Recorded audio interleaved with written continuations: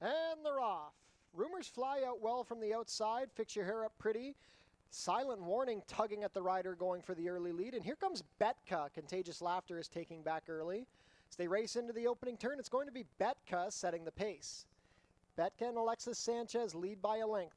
Racing in second, coming off the rail now is Fix Your Hair Up Pretty. Silent Warning is third. Contagious Laughter behind horses, and Rumors Fly after the good beginning will trail the field in the two-path. It is Betka setting a leisurely pace. They went the opening quarter in 24 and 4. They turned into the backstretch. Betka is up by 1 1/4. Fix Your Hair Up Pretty second. 3 deep and fighting the rider is Silent Warning. Contagious Laughter stalks the pace from the inside. And the trailer just 3 lengths off the leaders is Rumors Fly. 4.5 furlongs left to travel. It is Betka. Room up the rail for Contagious Laughter, who's making an early bid, trying to put her head in front. Fix Your Hair Up Pretty is 3 deep in third. Silent Warning fourth, and Rumors Fly still at the back. 49 and 4 to the half. The pace has been moderate throughout, and Contagious Laughter leads by a length as they go into the far turn. Second on the 3-path is Fix Your Hair Up Pretty, with Betka still there from third. It's a gap of 3 to Rumors Fly, and Silent Warning now trails the field. Midway around the turn, it is Contagious Laughter and Fix Your Hair Up Pretty head and head. Betka still there. Here comes Rumors Fly looking live. 3/4, 1:14 and 4. They swing for the drive, and Fix Your Hair Up Pretty puts the head in front of Contagious Laughter, but Rumors Fly is coming down the outside. It's 3 across the track. Fix Your Hair Up Pretty, Rumors Fly rallying Contagious Laughter along the rail. It's these 3. Rumors Fly and Austin Adams put the head in front. Rumors Fly, Fix Your Hair Up Pretty, but coming down to the wire, it's Rumors Fly on top. Rumors Fly by 1.5 over Fix Your Hair Up Pretty, Contagious Laughter, and Betka. 1 mile and 70 yards and 1:46 and 4.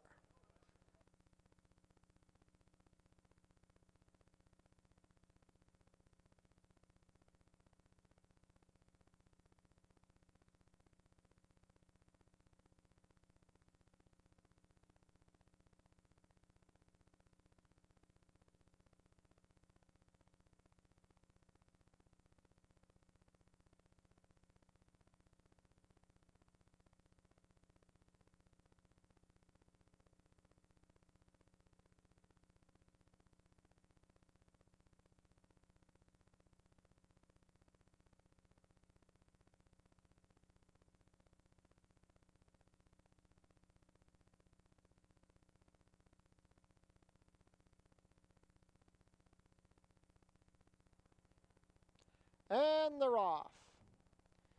Speedy Johnny out well from the outside. Princess Alaska shooting for the early lead. Jimmy as a Breeze is also forwardly placed, and ridden along up the inside, Chrome's Angel is now vying for position. They begin to sort themselves out. It's going to be Princess Alaska continuing to make the pace. She's up by 1.5.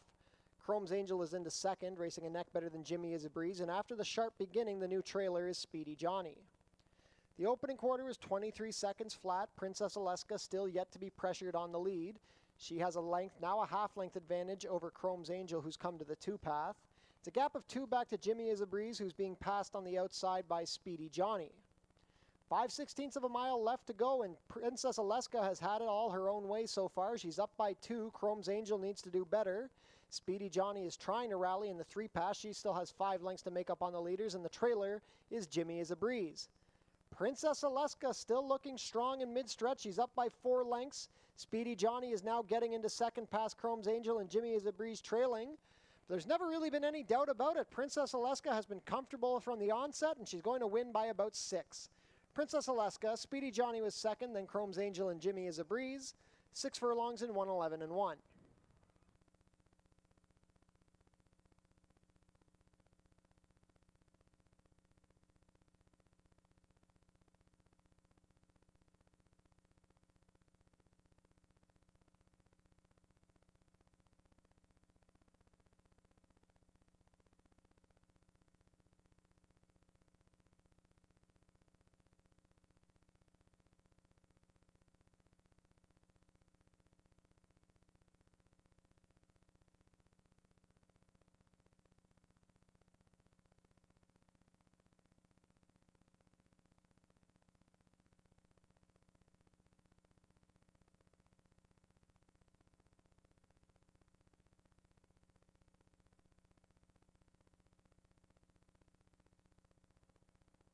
And they're off. The first timers, Stormy Trump and Wildcats Lean, both broke poorly.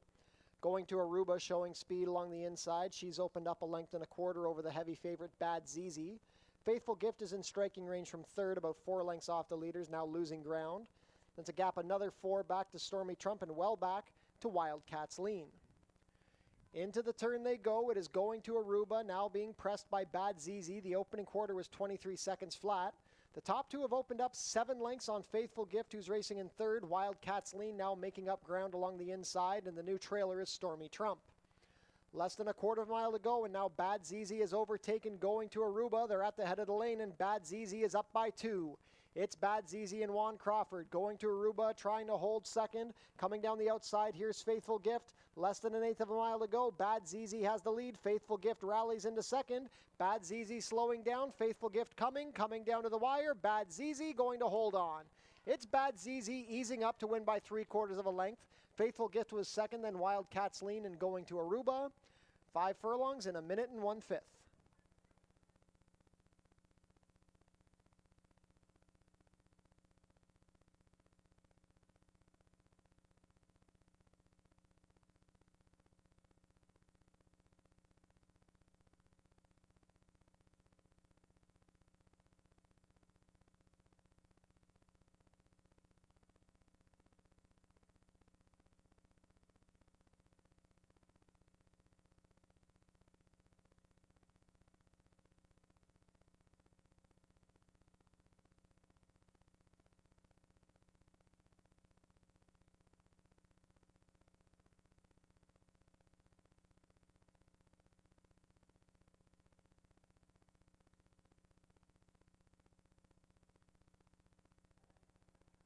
And they're off.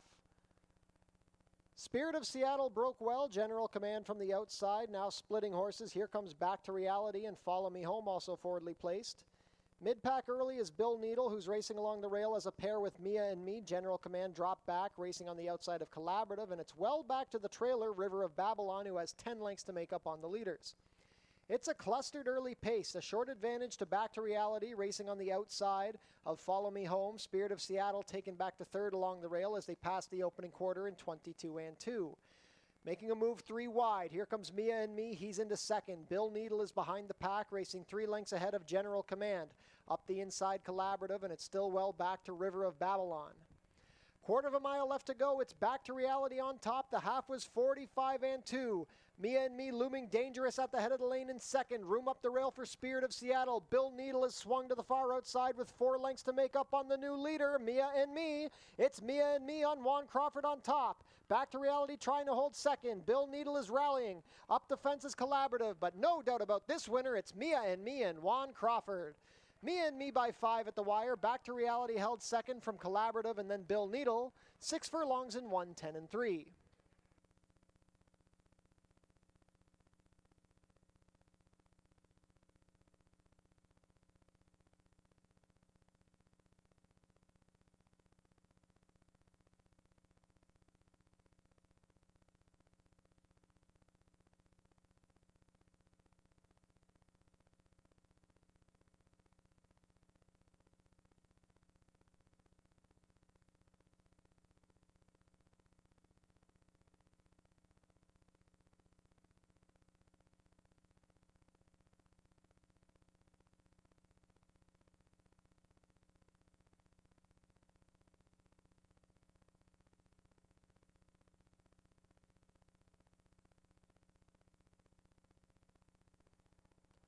And they're off. Impressive Style out well from the center. Speed Loader also showing up. Between horses, Tango Secretos with I'm Phantom along the rail. Sugar Drop is racing towards the back with Eva's Style, Kind of Blue Kitten, and the early trailer under a hold is Quebby. It's 3 across the track as they race into the clubhouse turn. I'm Phantom is saving ground. Tango Secretos drifting out a bit, carrying out Impressive Style. A good position in fourth for Speed Loader, who's racing in the 2 path. Sugar Drop has found the rail from the 8 hole. 2 lengths back to Eva's Record, then Kind of Blue Kitten, and still at the back is Quebby. 23 and 4 for the opening quarter. They turn into the backstretch, and I'm Phantom is still making the pace, 3/4 of a length better than Impressive Style. Speed Loader is into third, racing off the rail. Sugar Drop is fourth as Tango Secretos drops the anchor. Eva's Record is racing on the inside of Kind of Blue Kitten, and the trailer remains Quebby. 48 and 2 to the half. Into the far turn they travel. It is I'm Phantom still holding the lead, but Speedloader rushes up the outside and seizes control. It is Speedloader, now a length on top of I'm Phantom. Sugar Drop is into third. 3 deep, here comes Kind of Blue Kitten. Eva's Record is along the rail, needs somewhere to go. Well back to Impressive Style. A quarter of a mile left to go, 3/4 and 1:13 and 4, and Speedloader leads the way into the stretch. It is Speedloader up by 3. Kind of Blue Kitten into second. Eva's Record has found a split passing Sugar Drop. Inside the final furlong, it is Speedloader. She's extended the margin to 4. The battle is for second between Eva's Record and Kind of Blue Kitten. Coming down to the wire, Speedloader in her Fort Erie debut is much the best. Speedloader wins by 4.5. Eva's Record was second, then Kind of Blue Kitten and Sugar Drop. 1 mile and 1:41 flat.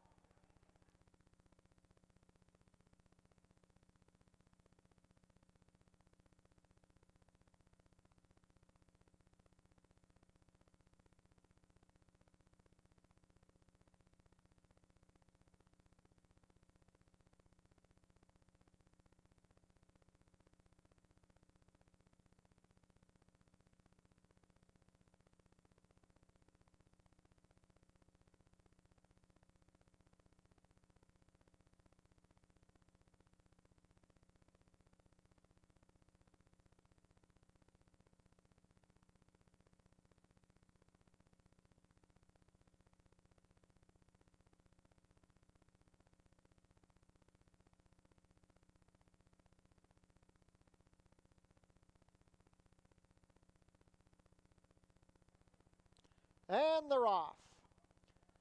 Cherry Gardens straight to the front as expected. She's already opened up a length and a half on Smoke and Chloe, who's racing in second. Third saving ground is Yoga, racing 2 lengths better than Princess Buchero, and the trailer is going to be Blonde Dynamo. Midway down the backstretch, they race within the half-mile pole, and Cherry Gardens at 2 to 5 is making the pace. She's racing 1 3/4 better than the pair of Yoga and Smoke and Chloe. The opening quarter was 22 and 2. Still racing in fourth is Princess Buchero, ridden along, and it's well back to Blonde Dynamo. Midway around the turn, and now Cherry Gardens has quickly opened up 4 without being asked. Smoke and Chloe is into second. Yoga beginning to tire from third, about to be joined by Princess Buchero, then 6 more lengths to Blonde Dynamo. At the head of the lane, it is Cherry Gardens, looking strong, but still has 1/8 of a mile to work with. It is Cherry Gardens. The lead is 5, half a mile and 45 and 2. Smoke and Chloe and Princess Buchero battle for second. It's Cherry Gardens. The lead is shortening. Cherry Gardens looking for the wire. Princess Buchero coming quickly. Princess Buchero and Pierre Melhut get up. It's Princess Buchero, 1.5 at the wire. Cherry Gardens second, then Smoke and Chloe and Blonde Dynamo. 5.5 furlongs and 1:05 and 3.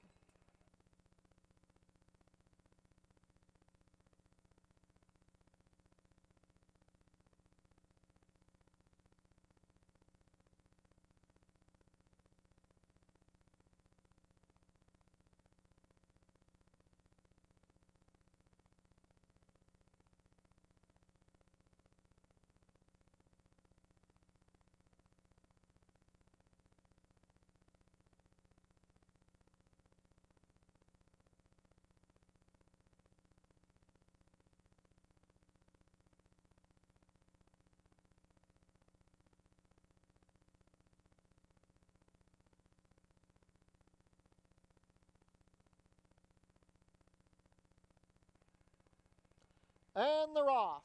It's Game Night broke a bit slowly. The rest are all showing speed.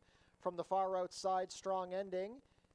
Stormy Soul with a head in front of Party of No. Classy Boy taking back to a stalking spot along the rail. Here comes its Game Night splitting horses looking for position. It's a pretty clustered early pace. The entire field of 5 is separated by about 3 lengths. A short advantage early is going to Party of No.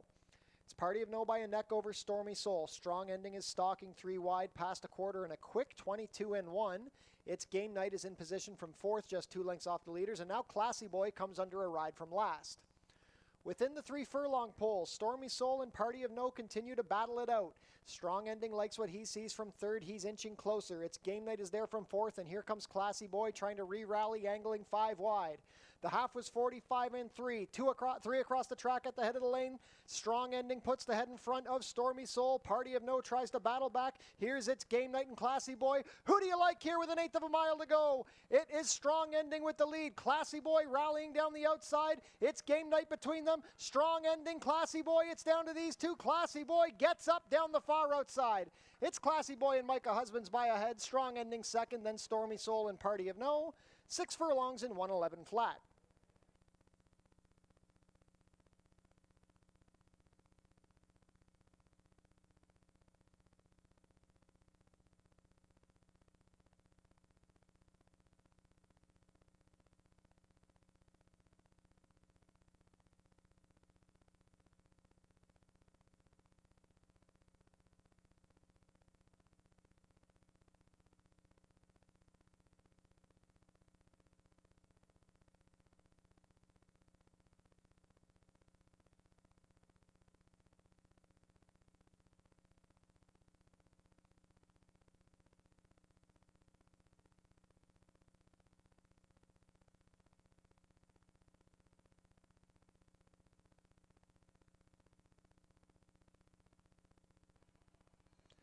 And they're off. Super Honey Timber broke a step slowly.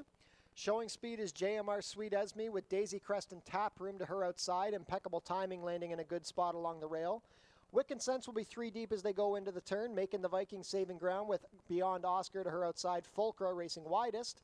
Towards the back are Spectacular Force, and the trailer is Super Honey Timber. Round the turn they go, making the pace. It is this long shot, JMR Sweet Esme, a length to Tap Room. Wick and Sense is racing in third on the outside as they pass the opening quarter in 23 and 3. Impeccable timing, saving ground from fourth. Stablemate Daisy Crest is a length behind her with Fulcra racing 3 deep. Making the Vikings saves ground, then we have Beyond Oscar, Spectacular Force, and still at the back is Super Honey Timber. About 10 lengths front to back, and now making a bid for the lead, Tap Room takes control from JMR Sweet Esme. Wick and Sense is racing in third. Fulcra advancing along the outside. Impeccable timing needs somewhere to go from fifth. Room up the rail for Making the Viking. Daisy Crest is calling it quits. Here comes Beyond Oscar, 3 deep, launching a rally.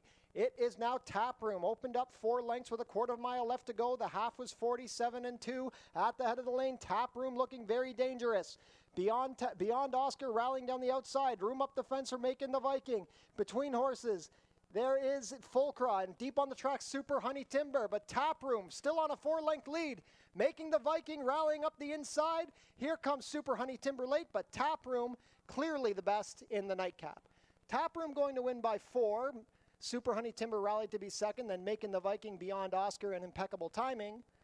About 7 furlongs and 126 and 4.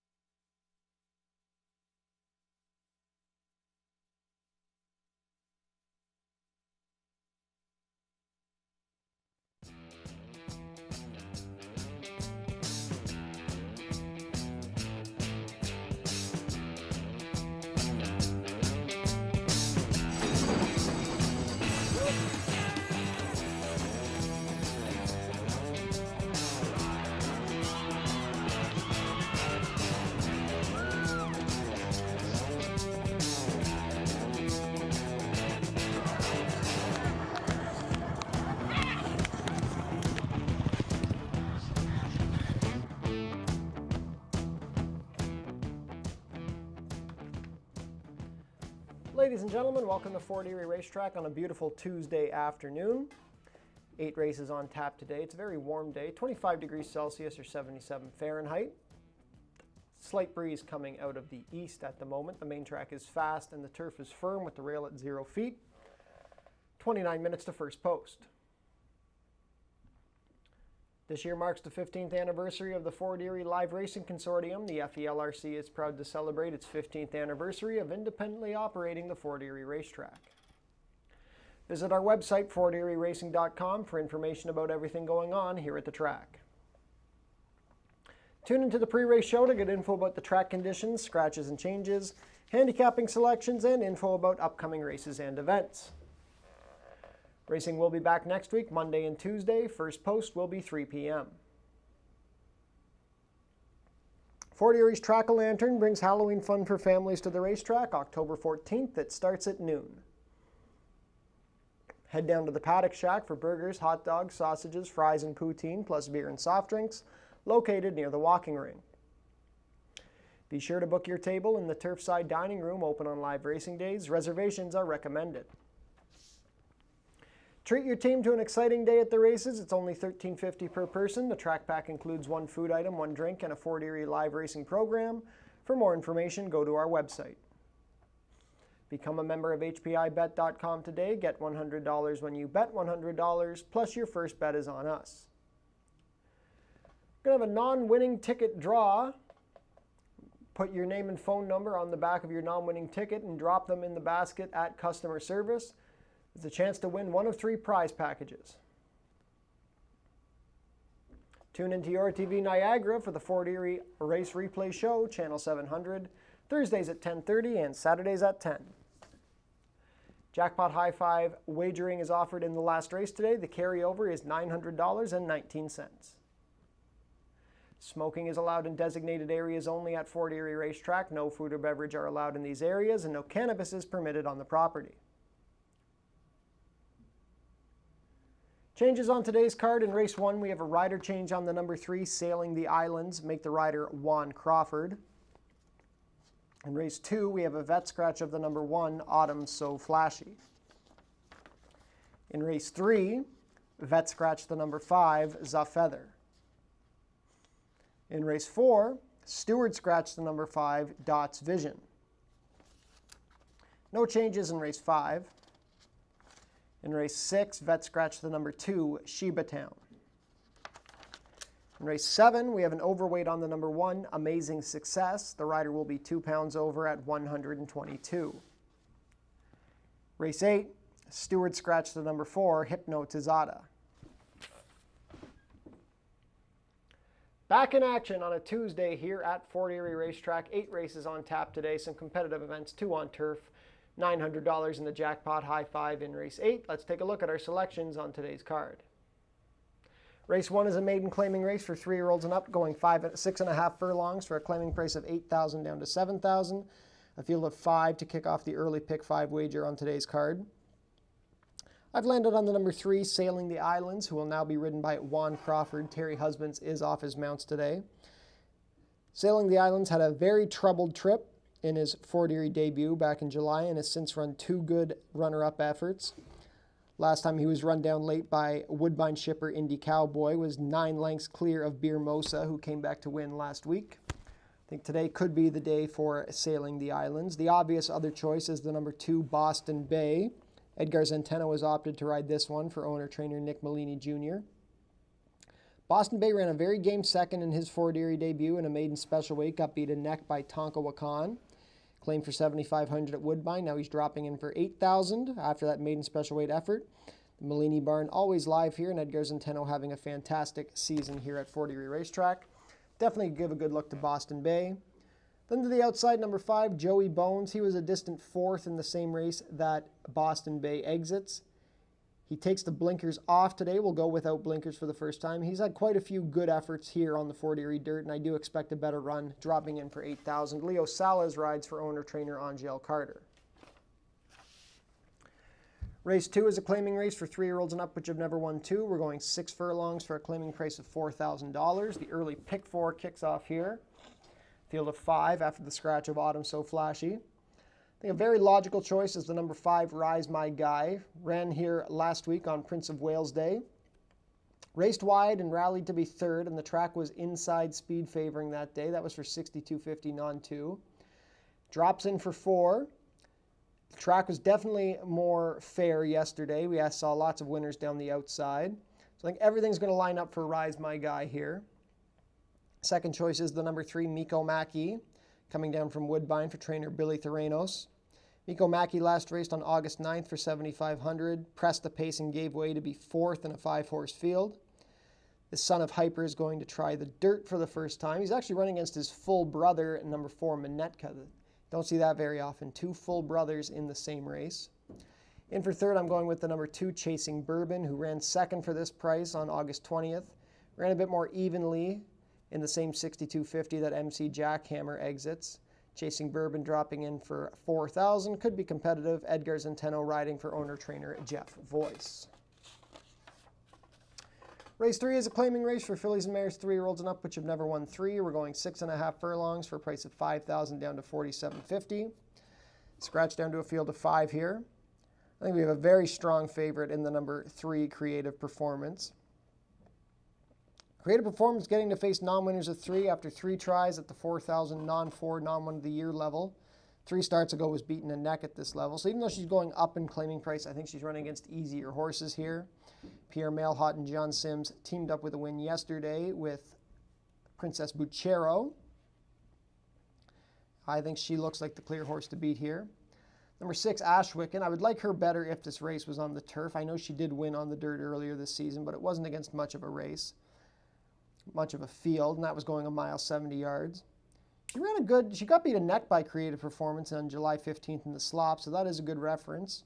Won last time out on the turf over Fix Your Hair Up Pretty. Ashwicken for Sylvain Pion and Edgar Zenteno definitely looks logical. In for the show spot, number 4, Fermenter. Another one who I'd like better on the turf, I think. Actually, her dirt form is pretty good. Ran a distant 5th behind Menagerie, who came back to win the Molson Cup. Had some good efforts on dirt last year. A 2nd place finish behind Roadmap. A 2nd place. Placed first behind Too Sweet for Me. So Fermenter definitely in with a shot.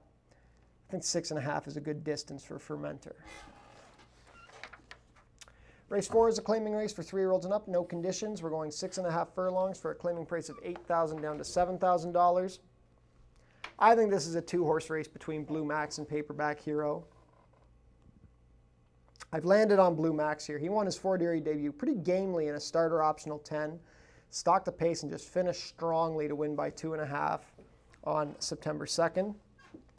Jeff Voice wasting no time. 1 for 10,000 last time, dropping in for 8. He wants to get another win out of this horse, and I don't blame him at all. This is the time of year where you want to be aggressive. I think Blue Max is primed to double up here. It's very tough to knock Paperback Hero, though. Number 3, Mark Lee Buchanan rides for Roy Augustino. Paperback Hero was much the best for 62.50 on September 2nd. Actually went a little quicker than Blue Max on that day. They both ran 6.5 furlongs on the same day. Paperback Hero has only missed the top 3 once this season. Actually, no, he hasn't. He's been the top 3 every single start. He's picked up checks every time. He's just a hard-knocking horse. 7 wins in 32 starts, 10 seconds, 8 thirds, always in the hunt. Turf, dirt, long, short, doesn't matter. Obviously best as a closing sprinter, but he really can do anything. So Paperback Hero will be the biggest threat to Blue Max here. And take note that in race 4, we do have a late rider change. The number 2, Feel the Beat, will now be ridden by Kirk Johnson. Kirk Johnson on number 2, Feel the Beat. In for the show spot, I'm going with the number 1, Palace Prince, who was a distant 2nd, but was awarded the win on September 9th for $10,000 in his first start off the claim. Like Blue Max, 1 for $10,000, now dropping in for 8. Melanie Pinto riding for trainer Mike Blake. Palace Prince definitely could run on for a check. Race 5 is an allowance race for fillies and mares 3-year-olds and up, which have never won 2. We're going about 7 furlongs over the turf course. I think we have a bit of a standout here, the number 1, Princess Mayfair. Steve Cherkop sends this one down from Woodbine. Jose Campos going to ride. Princess Mayfair is trying to take advantage of easier company here. They don't want to run her for a tag. She is stakes placed in the United States at Aqueduct, but she's just not firing against the non-winners of 2 allowances at Woodbine. Those are some tough races. So coming down here to be protected and hopefully get an easy win. She's got speed from the inside. She can do any surface. Really, turf might honestly be her worst surface so far. She's raced very well on dirt and on synthetic, but hopefully from here she can get the lead from the inside and just keep going. Second choice is the number 7, Awesome Spirit Gal. Mickey Neubauer sends out this Charles Fipke homebred with Melanie Pinto in the saddle. Broke her maiden in a pretty soft maiden special weight on the turf back in July. Came back and ran a non-threatening third on the dirt. This one was racing in Dubai in the United Arab Emirates at the start of the year. Actually had a good run on the dirt back in March at Jebel Ali. I do think turf is her game. I don't love the post, but if something happens, Princess Mayfair just doesn't fire. Awesome Spirit Gal could run on nicely and pick up the pieces. Number 6, Dixie Morning goes off a claim at Woodbine. Angel Carter sends this one out, and apprentice Cheyenne Kerr will have them out. Ran an okay, kind of mid-pack 6th place effort on August 30th when attracting the claim. I don't know about the turf for her. She didn't really fire in her only turf try at Woodbine back in July, but that was for $25,000. So maybe against this easier company, Dixie Morning could have a shot. Race 6 is a claiming race for fillies and mares, 3-year-olds and up, which have never won 4 or not won a race in 2024. The claiming price is $4,000, and we're going 6 furlongs. I went to the outside here, number 8, Mimi's Holiday. I don't have a strong feeling about really anybody in this race. Mimi's Holiday took on a wide open allowance group on August 27th and just didn't fire. That was too tough. Plunging in for 4. She ran good on the dirt back in June, finished 2nd behind Nice Baby. Even her last dirt race on July 22nd, she was a non-threatening 4th, but it was against much tougher starter optional 10s. I just think here with the class drop, Mimi's Holiday should be tough. Edgar Zenteno did get a win on this mare for Josh Robillard back in July. Number 6, Heading West, sent out by Eric Raganoff and Kirk Johnson. Came up empty on the turf last time, 2 starts ago, led most of the way and was caught late for this price, going 6 furlongs on the dirt. So it could be a speed factor in a race that does not look particularly pace heavy. In for the show spot, number 4, Orbiting the Sky, was a head behind Heading West on August 27th. Really run 2 very solid efforts in a row since coming back from a brief break. Julie Mathis had an impressive winner yesterday with Taproom, so we'll see if this one can do another good effort with Mark Lee Buchanan in the saddle. Race 7 is a claiming race for 3-year-olds and up, which have not won a race this year or which have never won 4. We're going 6 furlongs for a price of $6,250 down to $6,000. Top choice here is the number 4, Brady O'Brady. This 10-year-old is looking for his 3rd win of the season. He was a clear 2nd best behind Paperback Hero on September 2nd. No shame in losing to Paperback Hero. Before that, 3rd behind Palace Prince, and before that had back-to-back wins. I think he's found a group where he could be the boss once again. Leo Salas riding for Josh Robillard. Just a very consistent, hard-knocking old horse. Hasn't run a bad race yet this year. Morning line favorite, and deservedly so, is the number 3, Bound Lucky, who's looking for his 3rd consecutive win. Sharon Chicado sends this one out with Juan Crawford in the saddle. Had a nice win over Strong Ending, who we saw come back to run another close 2nd yesterday. Bound Lucky, he's got a little bit of speed, can be forwardly placed. Doesn't need the lead if he doesn't get it. And again, looking for 3 in a row. Tough to knock Bound Lucky here. And then for the show spot, I'm going to go with the 2, Bend in the River. Julie Mathis sends this one out. Still waiting a rider. Terry Husbands will not be aboard. Bend in the River, a little bit flat in the slop last time out. Ran 4th behind Brady O'Brady. That was on August 5th. He's had about 5 or 6 weeks off now. Was a winner 2 starts ago. I've always been a fan of this horse. Picks up a lot of checks, runs a lot of races. Not win heavy, but always in the hunt. I think he'll put in a good effort. Last race of the day, race 8, is a claiming race. Fillies and mares, 3-year-olds and up. We're going 5 furlongs on the turf course for a claiming price of $8,000 down to $7,000. Jackpot high 5 wagering here in race 8. My top choice is the number 3, Freret, who's had 2 dirty beats in a row. Got beat a nose by Musical Ride in the slop on August 6th. Came back on September 3rd and came flying to miss by a head to Chrome's big break. Today she draws a great post. She likes this turf course. There's speed for her to chase. I think everything could set up perfectly for Freret. Omar Marino riding for trainer Roy Agostino. On the outside, we've got a win machine here, Chrome's Big Break, who's won 5 times this year in 9 starts. 7 of those starts at Fort Erie and all 5 of the wins here at Fort Erie. Shot to the lead and was able to hold off Freret on September 3rd. Her only real bad efforts were 7/8 on the turf, where she just really labored in the final eighth of a mile, and 1 try on dirt, where I don't know why she didn't fire it that day. Other than that, she's always there, fast out of the gate. The 9-hole, or I guess 8-hole with the scratch, will be the tough part for Chrome's big break, because there is some other speed in this race, so maybe she could get parked wide. But if she is fast enough to make the lead, she could be tough for owner-trainer Pierre Crete and apprentice Cheyenne Kerr. Then for the show spot, number 7, Tamina, ran in the Horse People's Luminary Cup on September 2nd. Second best behind former stablemate Mountain Sound, who's really been dominant in the mare sprints this year. Tamina's only turf race this year came over a mile and ran a length behind Mimi's Holiday. It was a good effort. 5/8 on the turf should suit her better than a mile. Again, just a solid horse. 3 wins and 3 second-place finishes in 7 starts this year. The only time she missed the board was when she shipped up to Woodbine. Kirk Johnson going to ride Tamina for the first time today for trainer Eric Raganoff. So there you have it. 8 races on tap today, 13 minutes to first post. Best of luck with all of your wagers and enjoy your day here at Fort Erie Racetrack.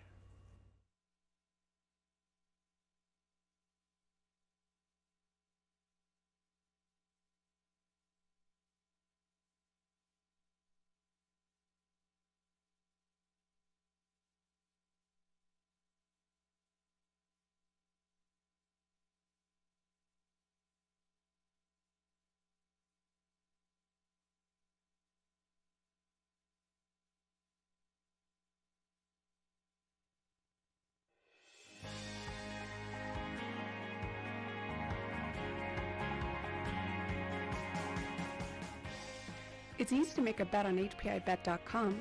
Follow these simple steps and you'll be betting in no time. First, go to the HPIBet.com website. Sign in to your HPIBet account. Find the track and race you want to bet on. Click on the Place Bet button. Click on the bet type you want to wager with. Click on the amount you want to wager. Click on the horse you want to wager on. Click on the green Place Bet button. Review your bet confirmation information. It's all done. Remember, all this can be done on most mobile devices. Now cheer on your pick to victory.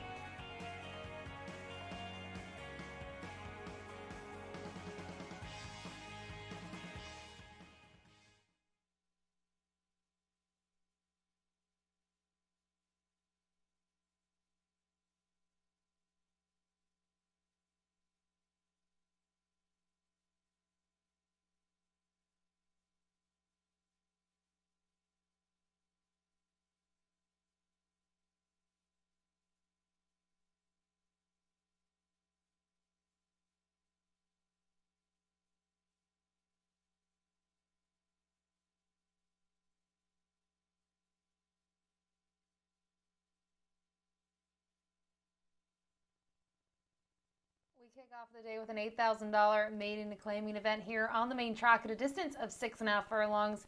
And I landed on the number 2, Boston Bay, as my top pick. This one raced first off the claim for Nick Millenny not too long ago, back on August 27th. And in terms of the performance, I thought this horse raced very well to finish second. It was the dirt debut. That was against maiden special weight competition. Drops in for a tag today.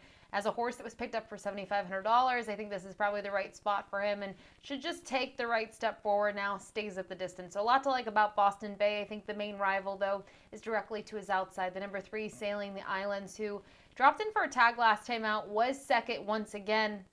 Got a very nice speed figure, a 66 in that 6 furlong maiden event, claiming price of $6,250. This horse was part of the pace scenario. You can see has been quite forward in those 2 dirt races as of recent. The one 3 starts back, this horse is a little further back, but was able to close from off of it. So not necessarily pace dependent, doesn't need to be towards the front of the pack, can close from off of it. Even though this is a step up, I think kind of looking at that last out effort, Indy Cowboy was a very nice winner when it was said and done. Birmosa was third, but came back to win on Prince of Wales Day on the undercard. So maybe some upside out of that most recent race for Sailing the Islands. And finally, the number 5, Joey Bones.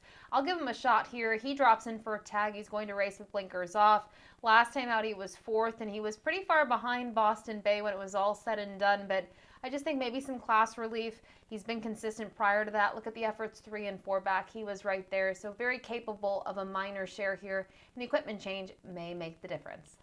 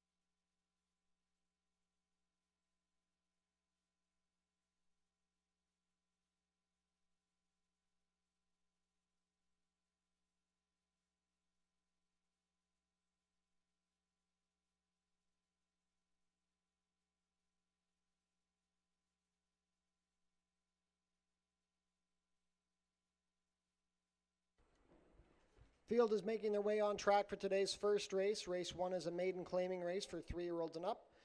Going for a claiming price of $8,000 down to $7,000, traveling a distance of 6 1/2 furlongs, competing for a purse of $21,300. Race 1 offers win, play, show, exactor, 20-cent try, double, 20-cent super, 20-cent pick 3, and 20-cent early pick 5 wagering.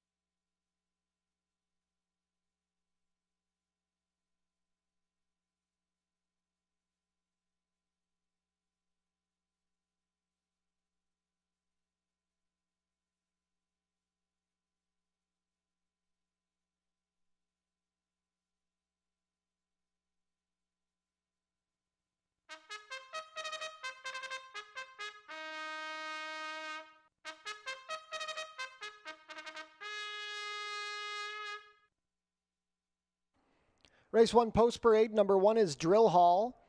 Kirk Johnson rides for trainer Anthony Husbands and owner Offshore Racing Stable. Nick Malini Jr. owns and trains the number 2, Boston Bay. The rider is Edgar Zenteno. Number 3 is Sailing the Islands. Juan Crawford picks up the mount for trainer Kevin Buttigieg and owner Colebrook Farms. Number 4 is Tipsy Fox. Alexis Sanchez pilots for trainer Paula Loescher and owner Phil Vanderberg. Completing the field, number 5 is Joey Bones. Leo Salas riding for owner-trainer Angel Carter. 1 minute to post for race 1. Early pick 5 wagering kicks off here.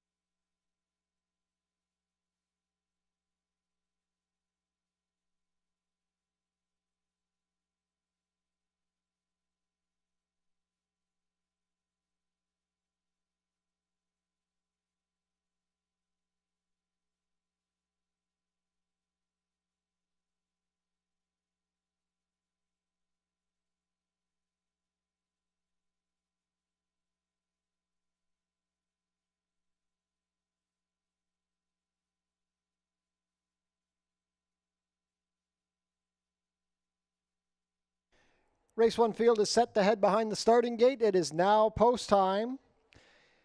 3-5 favoritism on the number 2, Boston Bay, dropping in from a close effort at the maiden special weight level. 3-1 support on the number 3, Sailing the Islands, who's had 3 consecutive runner-up finishes. Early pick 5 wagering kicks off here in race 1. First up is Drill Hall with Kirk Johnson.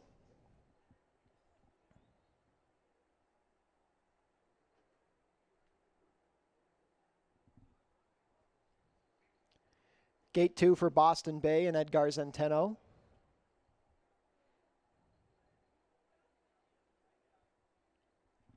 Sailing the Islands and Juan Crawford.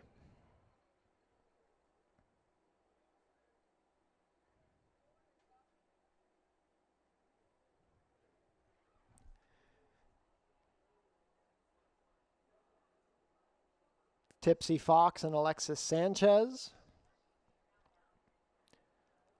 Last in will be Joey Bones and Leo Salas.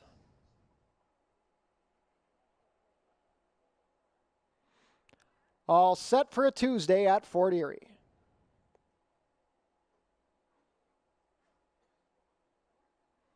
And they're off. Boston Bay out well. Drill Hall along the inside.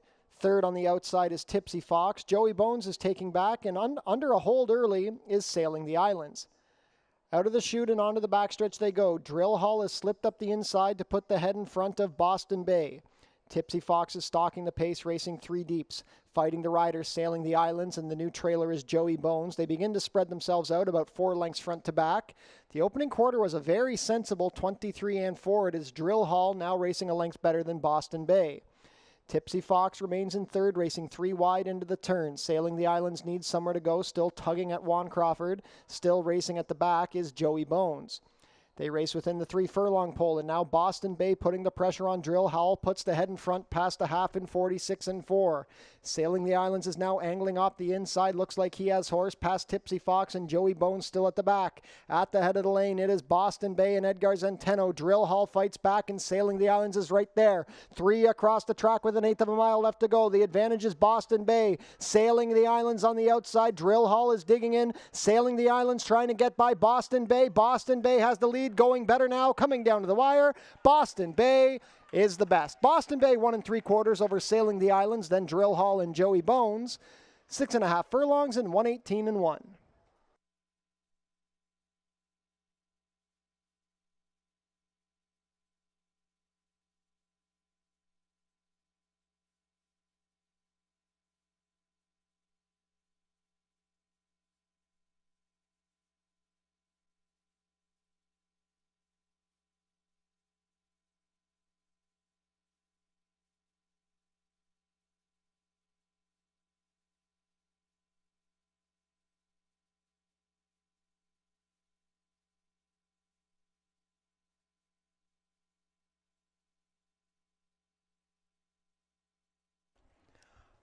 Unofficial in race 1, the winner is number 2, Boston Bay. Second is the 3, Sailing the Islands.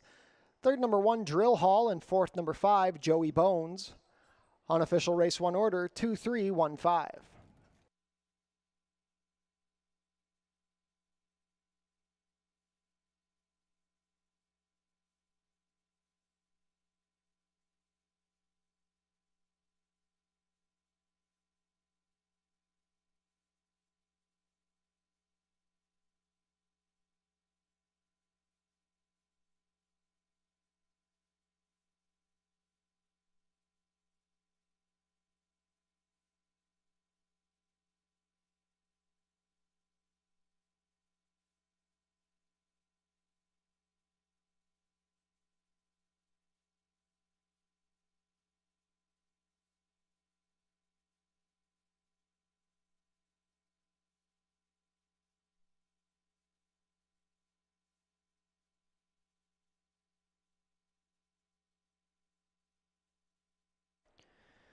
Now returning to the winner's circle, the unofficial winner of today's first race, number 2, Boston Bay. Boston Bay is a 4-year-old bay gelding by Society's chairman out of Here's Mud in Her Eye, bred here in Ontario by Bonnie Breeze Acres. Ridden to victory today by Edgar Zenteno. Boston Bay is trained and owned by Nick Malini Jr. Boston Bay breaks the maiden in his 15th lifetime attempt, completing the 6 1/2 furlongs in a time of 1:18.1. Congratulations to the connections of Boston Bay. Hold all tickets until race 1 is made official.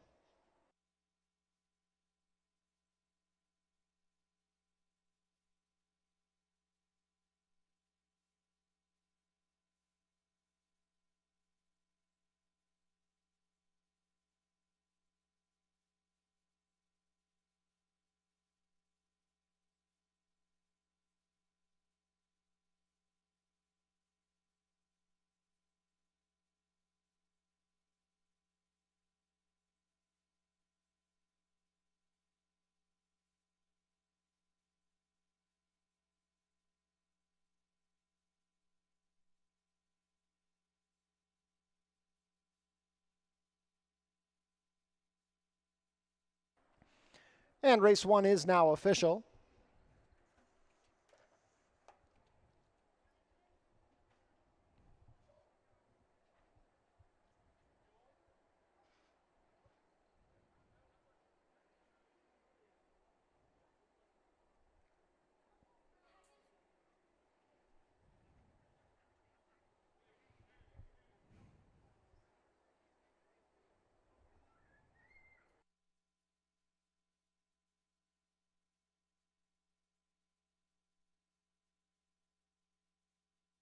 Prices are up. Boston Bay returns $5 to win, 210 and 210. Second is the 3, Sailing the Islands, 210, 210.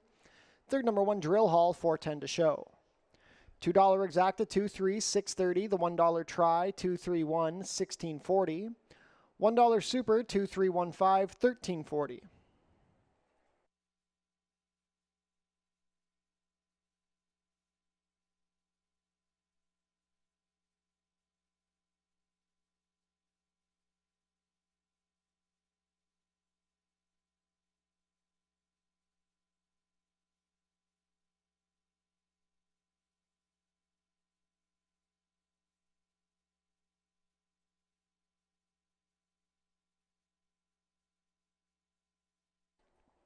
Race 2 is coming up in 22 minutes. We have a vet scratch of the number 1, Autumn So Flashy.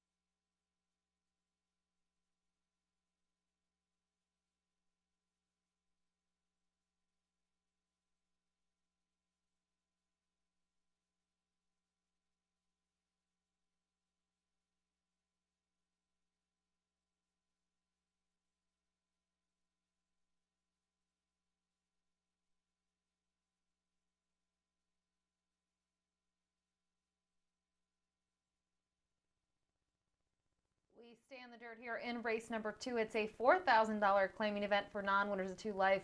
Distance is 6 furlongs, and I landed on the number 5, Rise My Guy, who was a little bit of a sleeper last time out, but he did take some play in that race off of his morning line, and he finished 3rd behind MC Jackhammer, who scored a massive upset, and Indy Cowboy was facing winners for the first time out, and he was the runner-up. I thought it was a nice run from this one. He's obviously now going to try the dirt once again in his career. He was able to graduate early on in his career down at Gulfstream Park on the main track, and I just wonder if he can be a little bit more forward, and with this drop in class now in for 4,000, if he can find himself in the winner's circle. So Rise My Guy on top for me. Looking at others though, the number 3, Miko Maki. This is a horse who, you go down the page, primarily to PETA in most of his races. He has tried the turf twice, and those were failed experiments. I thought last time out he raced okay, but 2 starts back he was well defeated. Rise My Guy was actually the runner-up in that spot.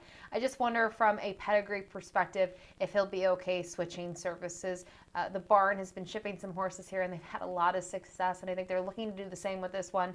Another one that takes a drop down in class. And finally from here, the number 6, Beer Mosa. I mentioned his name in the preview for race 1. He's a horse that was able to graduate last time out over a muddy track on Prince of Wales Day, and he closed from off of it really nicely and ended up being much the best. So he's going to face winners for the first time, which sometimes is a little bit of a tall task, but he's been right there, especially in his most recent outing and 3 starts back. So I think he's a horse that fits this level, and honestly, this is the logical spot for him to face winners for the first time. But I'm hoping that the number 5, Rise My Guy, can get a trip just a bit closer to the pace early on.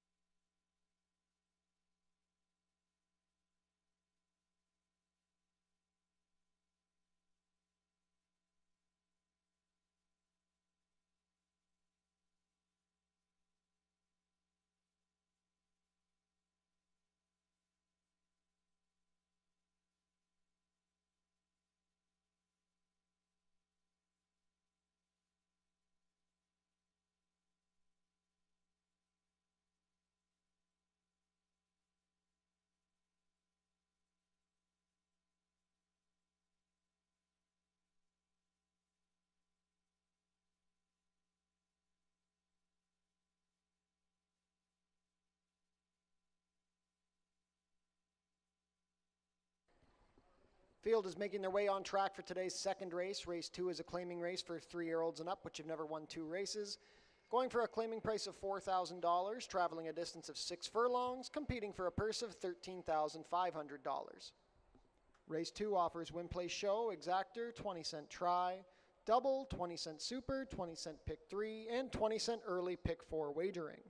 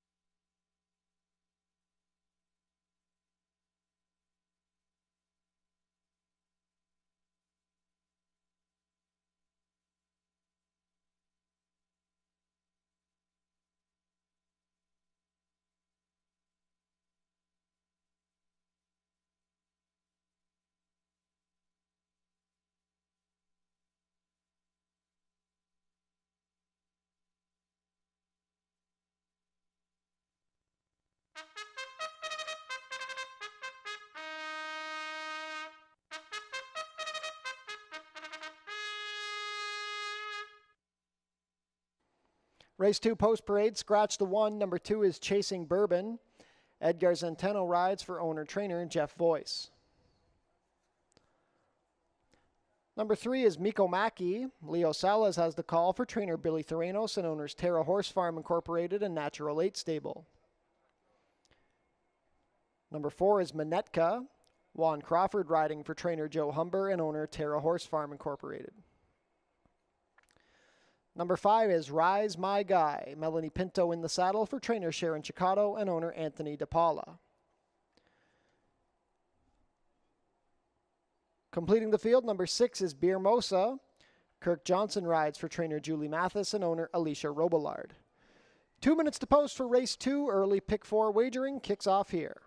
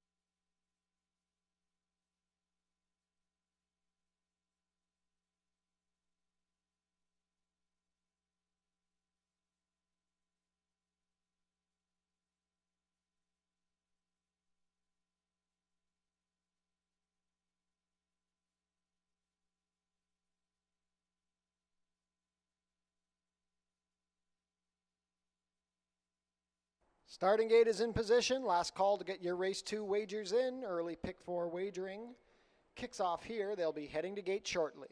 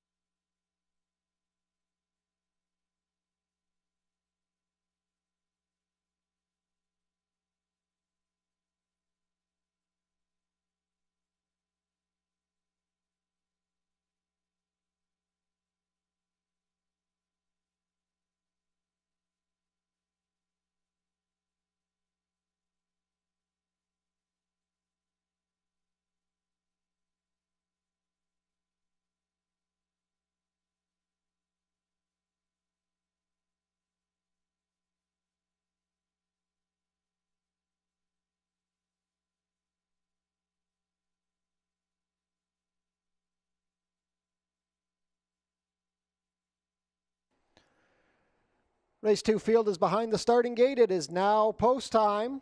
7-5 favorite is the number 3 Miko Mackey coming down from Woodbine. First to load is Chasing Bourbon and Edgar Zenteno, looking for a natural early double. Miko Mackey and Leo Salas at 7-5. Manetka also competes for Terra Horse Farm. Juan Crawford aboard. Rise My Guy and Melanie Pinto. Last up will be Beer Mosa and Kirk Johnson.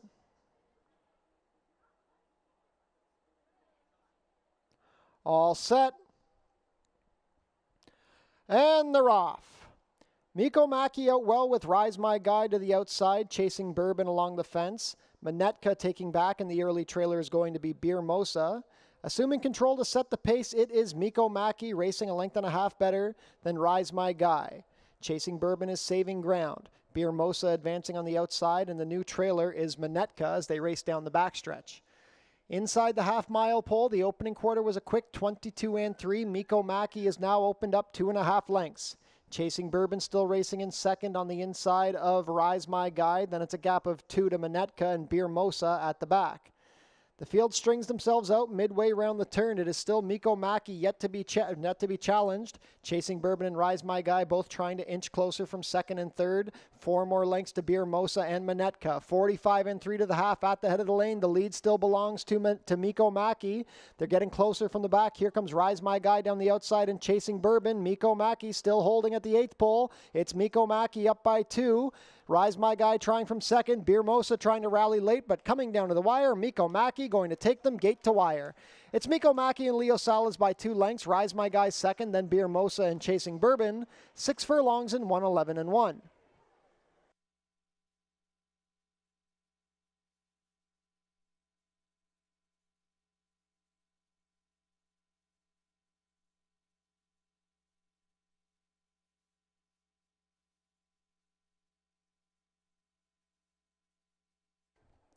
Unofficial in race 2, the winner is number 3, Miko Mackey. Second is the 5, Rise My Guy. Third, number 6, Beer Mosa. And fourth, number 2, Chasing Bourbon. Unofficial race 2 order, 3-5-6-2.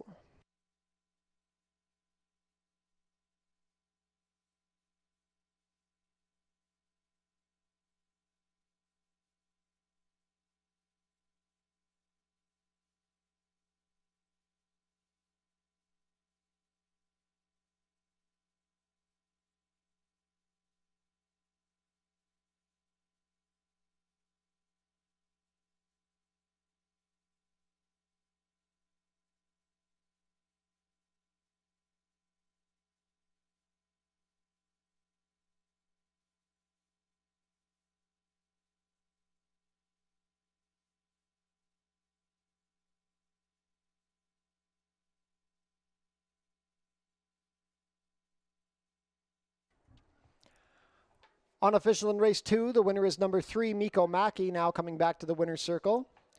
Miko Mackey is a 3-year-old bay gelding by Hyper out of Miss Curly Q, bred here in Ontario by Terra Horse Farm Incorporated. A gate-to-wire victory under Leo Salas. Miko Maki is trained by Billy Theranos for owners Terra Horse Farm Incorporated and Natural 8 Stable.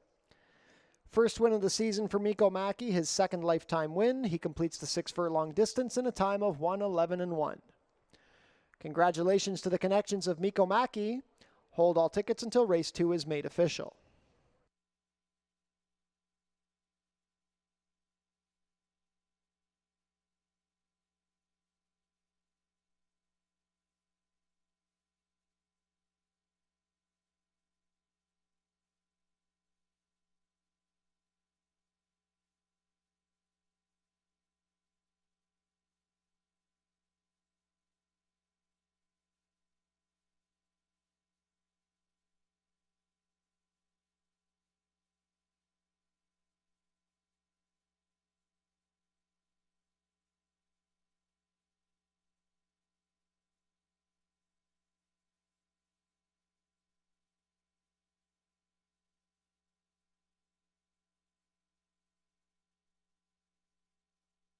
Race 2 is now official.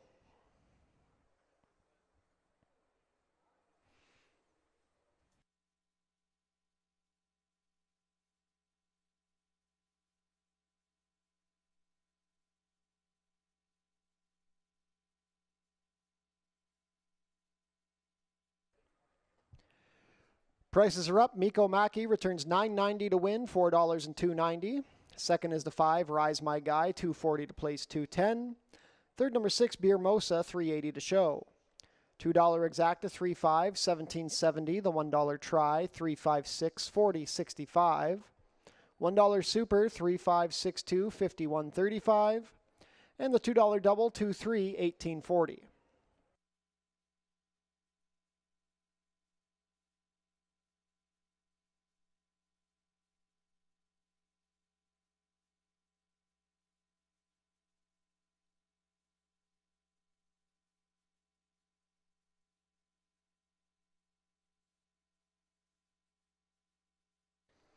We had a claim out of race 2, the number 5, Rise My Guy, claimed by Lincoln Rodhay, moves to the barn of trainer George Newland.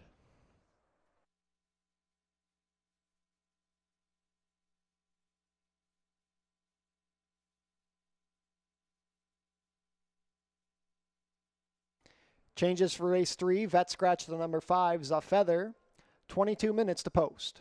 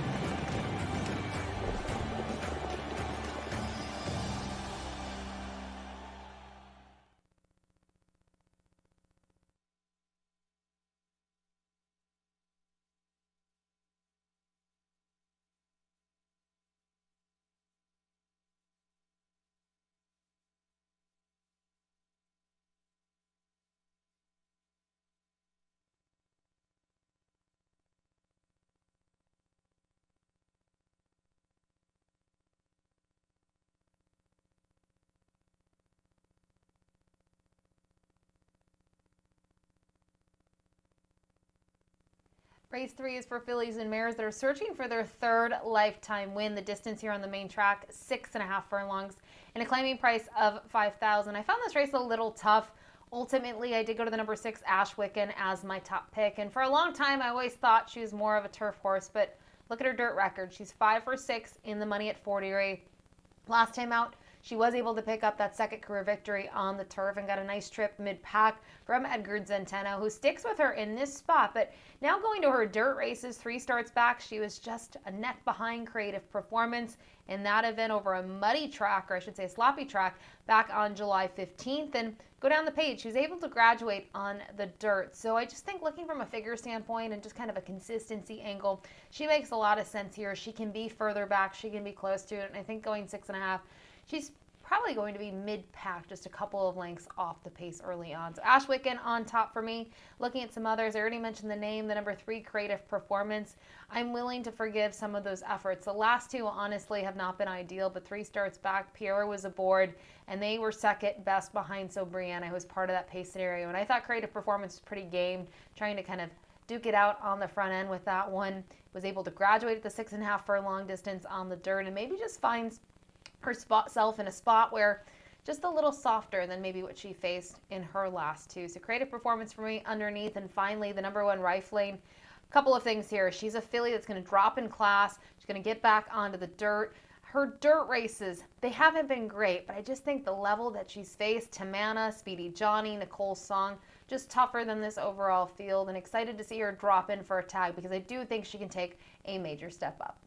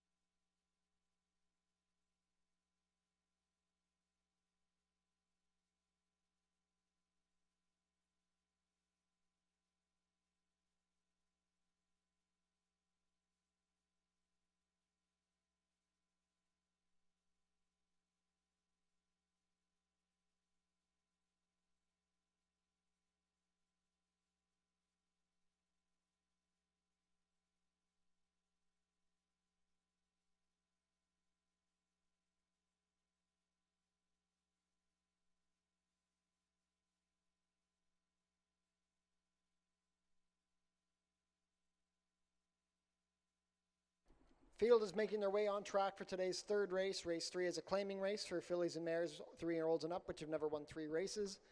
Going for a claiming price of $5,000 down to $4,750, traveling a distance of 6 1/2 furlongs, competing for a purse of $15,750.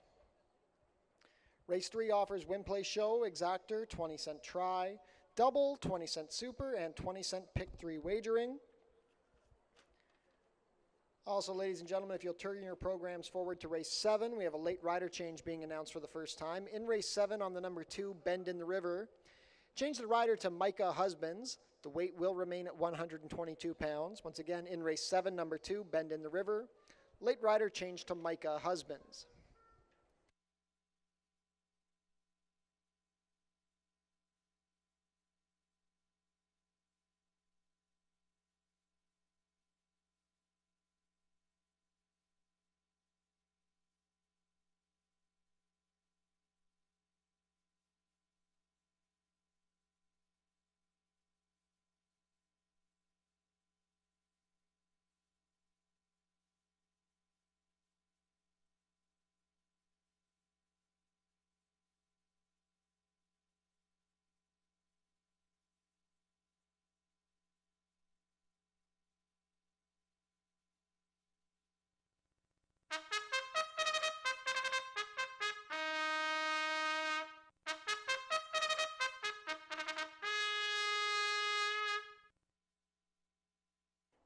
Race 3 post parade number 1 is Rifling. Melanie Pinto rides for trainer Mike Blake in the ownership of Ascot Stud, Mike Blake Sr., Norman Files, Sean Brinda, and Maggie Suthens.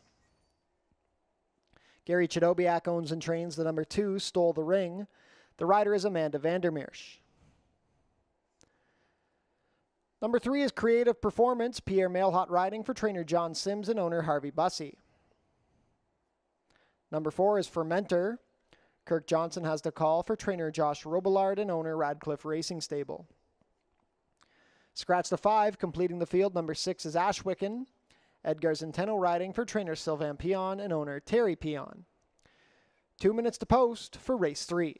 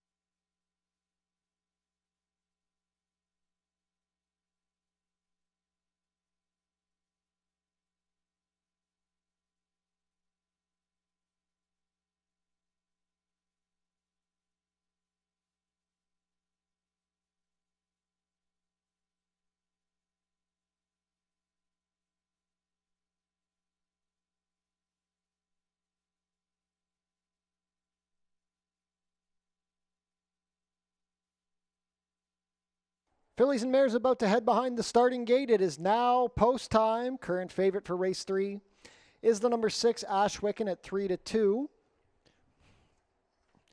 On the heels of a win on the turf on August 27th.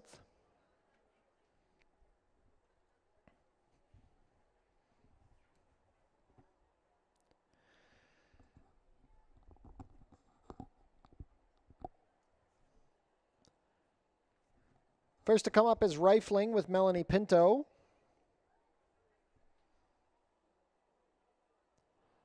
Stole the Ring and Amanda Vandermeersch, gate 2. Creative Performance and Pierre Mailhot. Fermenter and Kirk Johnson. Last up will be Ashwicken with Edgar Zenteno. All set.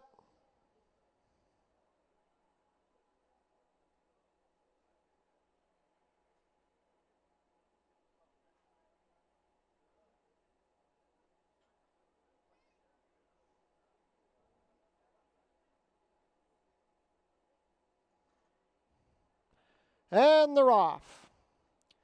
Rifling broke sharply from the rail. Stole the Ring is also showing up. And here comes Creative Performance from the center to rush up and take the early lead. It is Creative Performance and Pierre Mailhot racing a length better than Rifling on the inside of Stole the Ring. 1.5 to Fermenter, who's racing as a pair with Ashwicken. The field is spread out 3 lengths front to back. It's Creative Performance now being pressed by Stole the Ring. Stole the Ring applying the pressure with the blinkers on today. Rifling is now sitting in third on the inside of Fermenter, and deep on the course is Ashwicken. The opening quarter is 23 seconds flat. They go into the turn, and now Creative Performance has counterpunched and gone a length better than Stole the Ring. Rifling still watching from third, 2 lengths off the leaders, 1.5 to Fermenter in fourth, and Ashwicken going to need to get going from the back. Creative Performance will not be left alone by Stole the Ring. These two have been fighting for about a quarter of a mile now. They're at the quarter pole. The half was 46-1. Rifling liking what she sees from third. Needs to get going. 2 lengths to make up on the leaders. Fermenter and well back to Ashwicken, who's beaten today. Creative Performance finding more in the stretch. She's up by a length over Stole the Ring. It's a gap of 3 to Rifling, who is not fired. Fermenter and Ashwicken have tailed off. Creative Performance now extending the margin. It is Creative Performance who had to fight back and was able to respond, winning by 3 lengths. Stole the Ring was second, then Rifling well back to Fermenter, 6.5 furlongs and 119-1.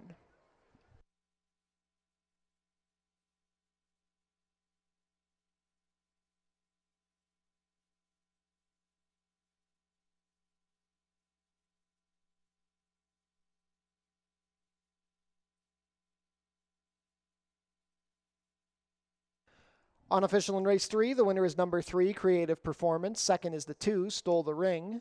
Third, number 1, Rifling. And fourth, number 4, Fermenter. Unofficial race 3 order, 3-2-1-4.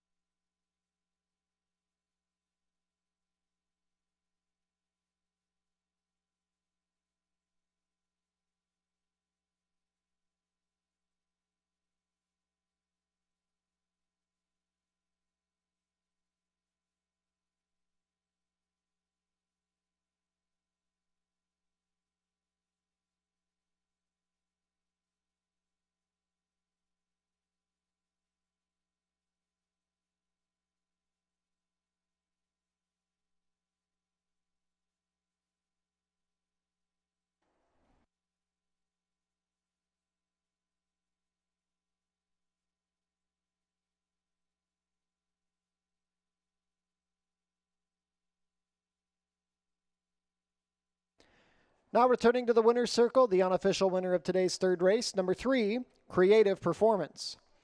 Creative Performance is a 3-year-old dark bay or brown filly by Creative Cause out of Amaluna, bred in Kentucky by Titletown Racing Stables.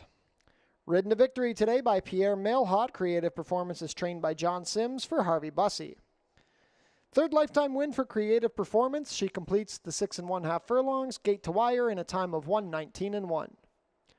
Congratulations to the connections of Creative Performance. Hold all tickets until race 3 is made official. And race 3 is official. Prices are up. Creative Performance returns $6.70 to win, $3.30 and $2.50. Second, number 2, Stole the Ring, $3.70 to place $3. Third, number 1, Rifling, $2.70 to show. $2 exacta 3-2, 2040. The $1 try, 3-2-1, 1960. $1 super, 3-2-1-4, 61.25. $2 double, a pair of threes, 30.10. And the $1 pick 3, 49.20.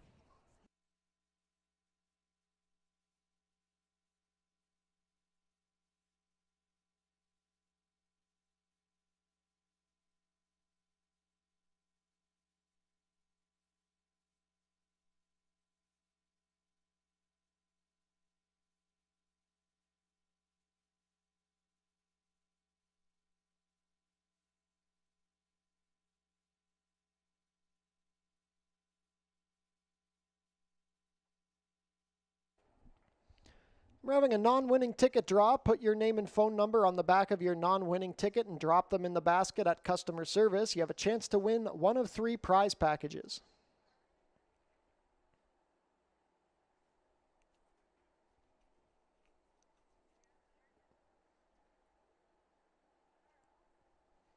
Changes for race 4. We have a rider change on the number 2, Feel the Beat. Make the rider Kirk Johnson. Stewart scratch the number 5, Dots Vision. 17 minutes to post.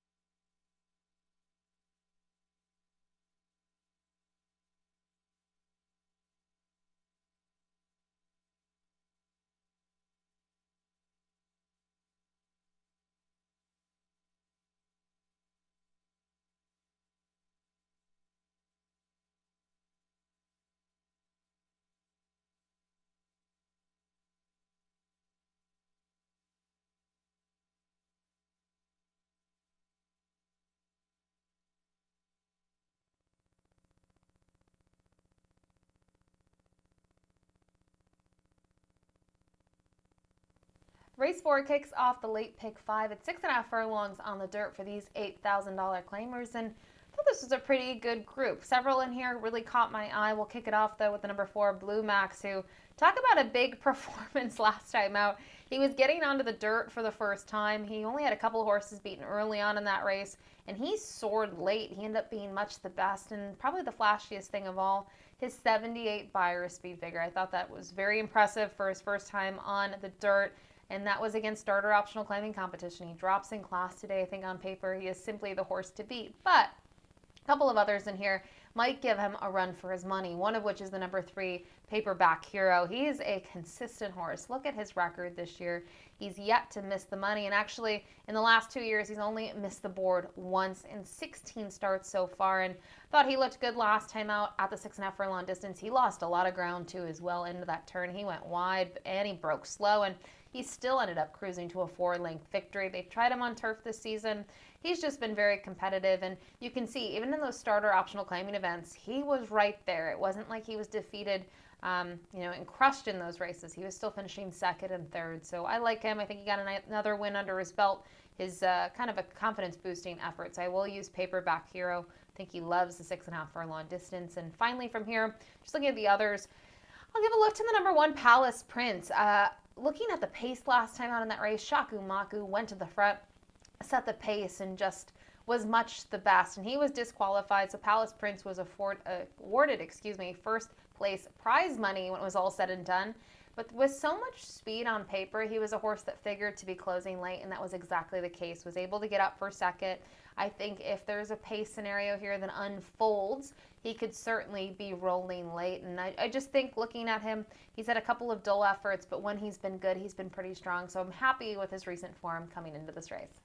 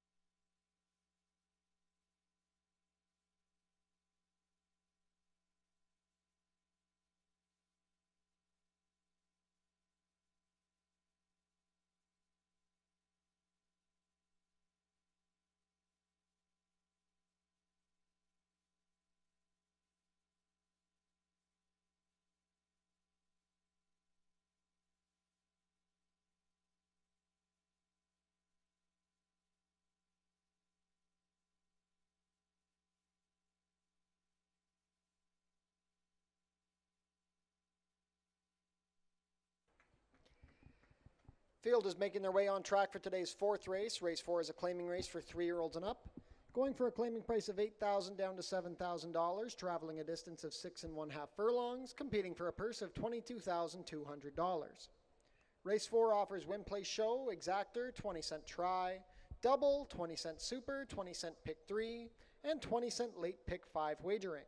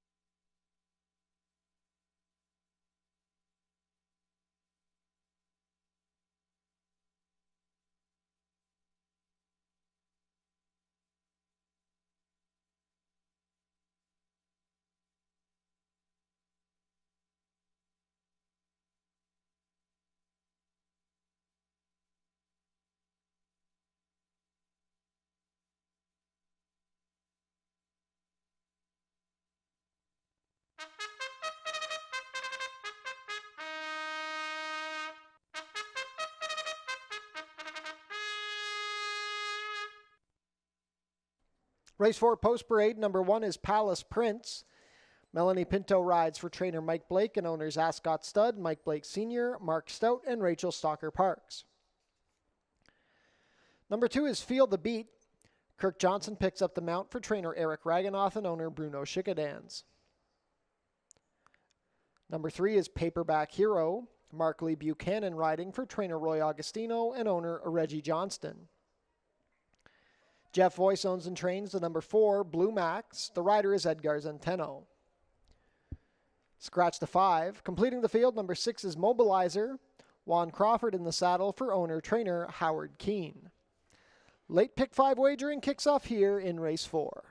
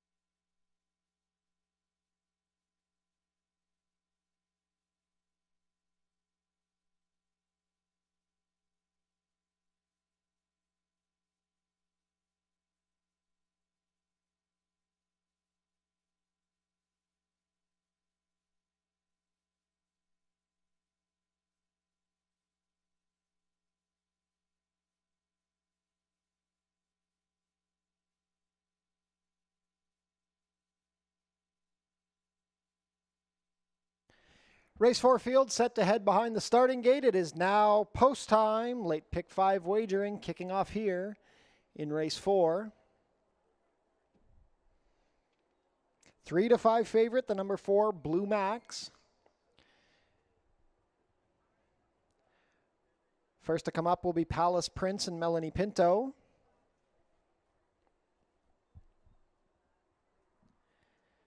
Feel the Beat with Kirk Johnson.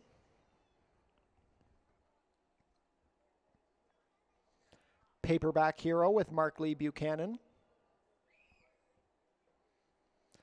Blue Max at 1-2 with Edgar Zenteno. Last in will be Mobilizer and Juan Crawford. All set.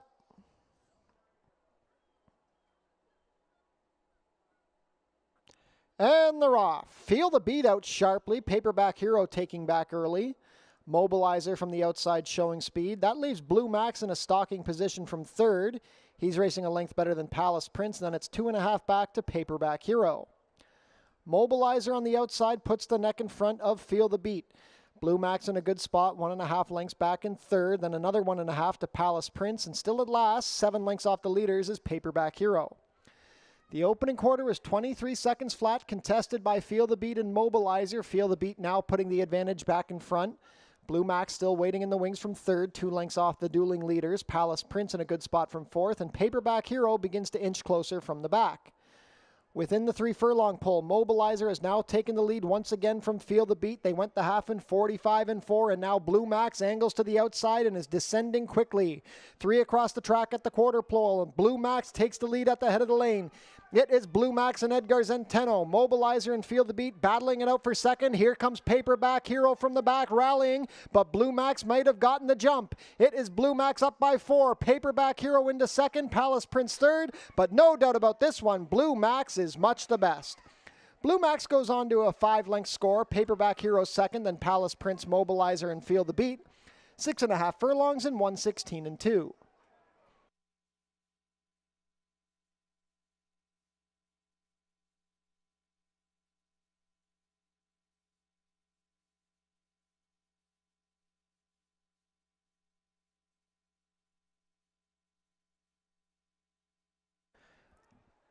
Unofficial in race 4, the winner is number 4, Blue Max. Second is the 3, Paperback Hero. Third, number 1, Palace Prince. And fourth, number 6, Mobilizer. Unofficial race 4 order, 4-3-1-6.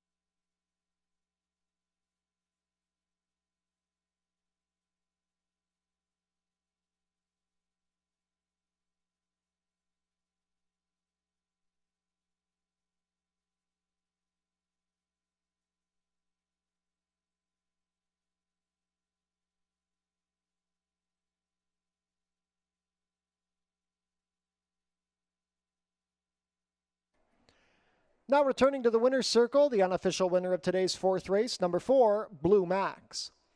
Blue Max is a 6-year-old chestnut gelding by Silver Max out of She's Stella Marie, bred in California by Adina Springs. Ridden to victory today by Edgar Zenteno, who earns a double on the card. Blue Max is owned and trained by Jeff Voice. Back-to-back wins for Blue Max, his 3rd win of the season and 7th lifetime win in 37 starts. An impressive win today, completing the 6 1/2 furlongs in a time of 1:16-2. Congratulations to the connections of Blue Max. Hold all tickets until race 4 is made official.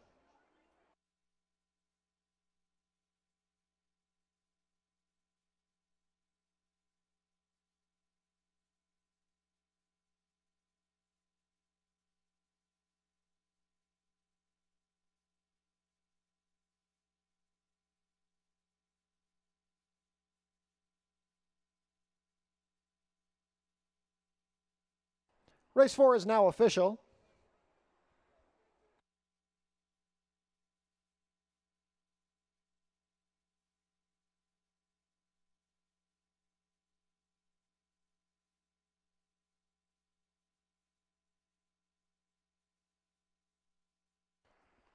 Prices are up. Blue Max delivers as the favorite, $340 to win, $210, $210. Second, number 3, Paperback Hero, $220 to place, $210.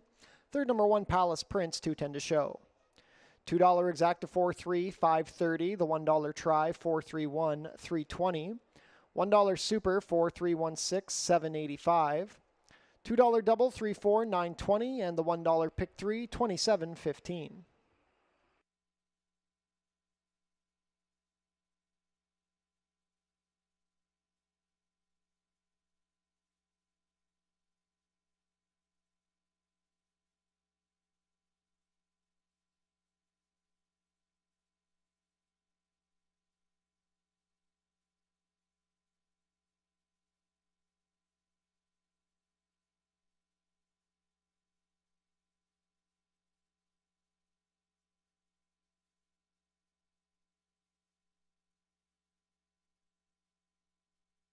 And the winner was claimed. Blue Max goes to owner-trainer Kevin Buttigieg.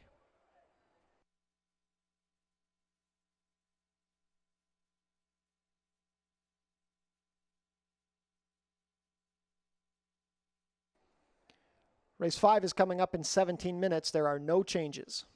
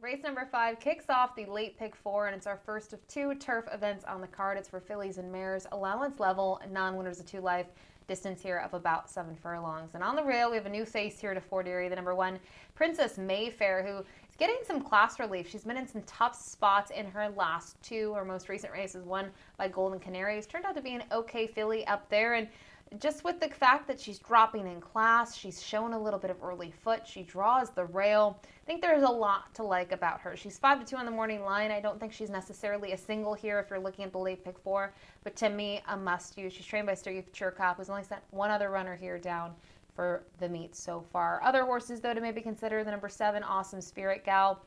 They tried her on the dirt last time out. Just don't think she really wanted any part of it. She raced okay, and not that she raced poorly, but just look at her turf race. I thought in her turf race going 5/8, it looked like she wanted more ground when she gets in this spot, and she was rolling late, and she just got up in time in that spot. And I really think we're going to see her maybe take another step forward. She gets back on the grass, she gets an extra 2 furlongs in this spot, and just really excited to see her get back around 2 turns. I think that's going to be the key, because you look at some of her other races and where she's been, a lot of sprints under her belt. I just think she's going to relish added ground. So I'll use her underneath. And finally from here, just looking at some of the other names in here, the 2 Ghostly Perfection.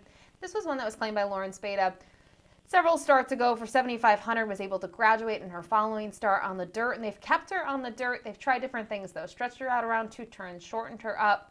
From a turf perspective, we'll see what she can do. Her races really later on the Tapeta before she got claimed, they weren't bad, and maybe she can handle this surface. She's been very consistent.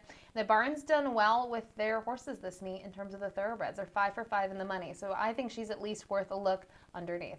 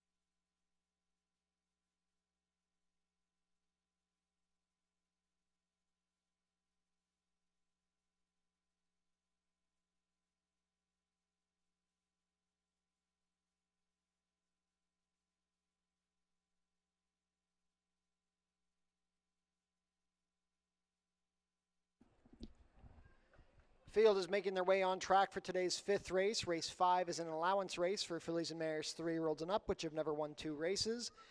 Going about 7 furlongs over the turf course, competing for a purse of $24,600.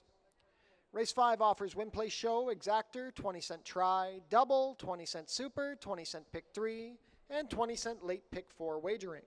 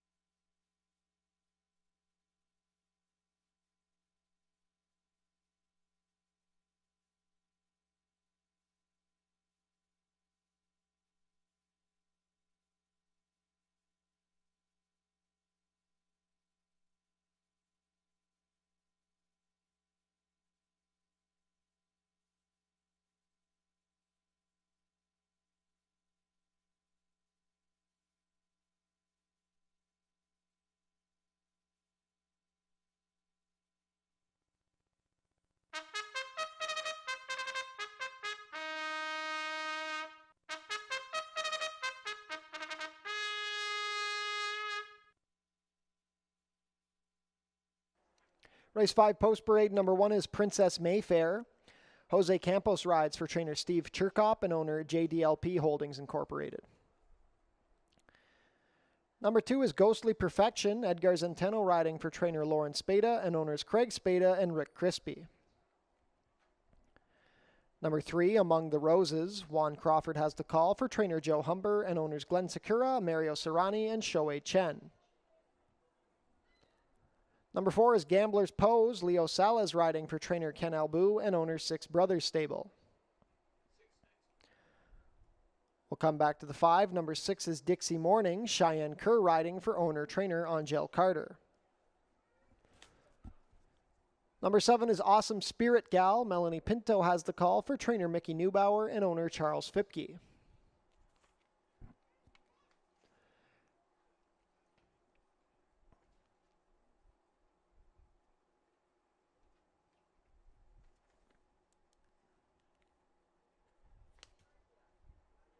And on screen now, number 5, Naughty and Nice. Kirk Johnson rides for trainer Julie Mathis and owner John Brown.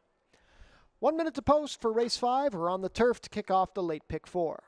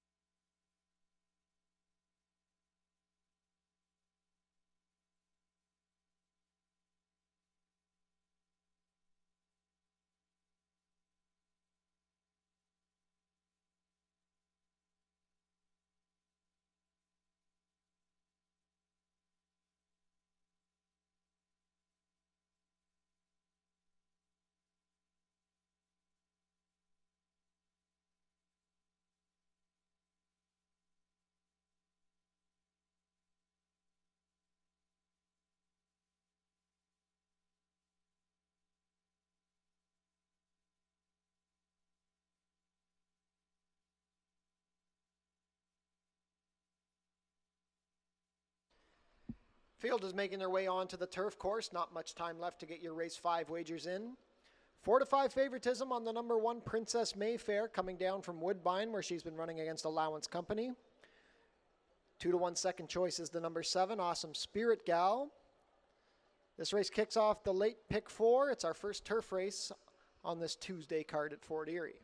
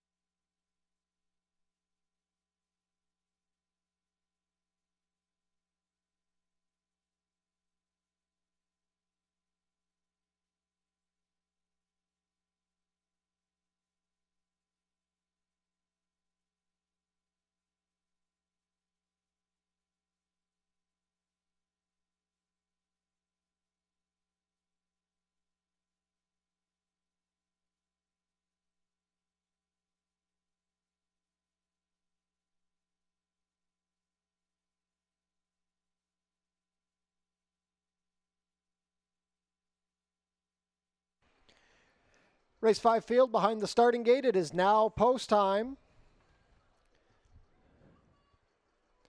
First to load will be the 4 to 5 favorite, Princess Mayfair and Jose Campos.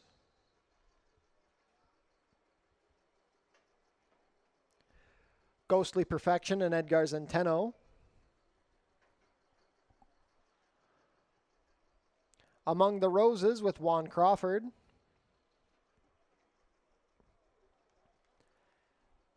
Gambler's Pose and Leo Salas.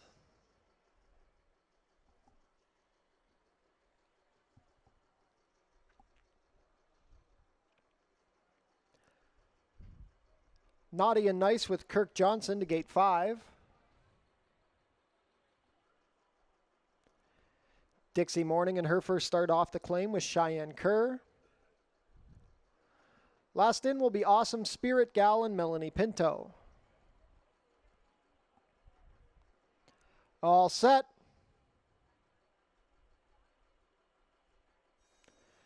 And they're off. A good beginning. Princess Mayfair hustled along for the early lead, but being quickly outsprinted by Naughty and Nice. Racing along the inside is Among the Roses with Gambler's Pose. Dropping to the inside is Dixie Morning. Awesome Spirit Gal going to be wide into the opening turn. And the trailer is Ghostly Perfection. Naughty and Nice is setting the pace, being tracked by the favorite Princess Mayfair. These two have opened up 4 lengths on Among the Roses. Advancing on the outside is Awesome Spirit Gal. Saving ground from 5th is Gambler's Pose. Then we have Dixie Morning, and still trailing is Ghostly Perfection. 23-1 for the opening quarter. The pace still being set by Naughty and Nice. The lead is in a length over Princess Mayfair.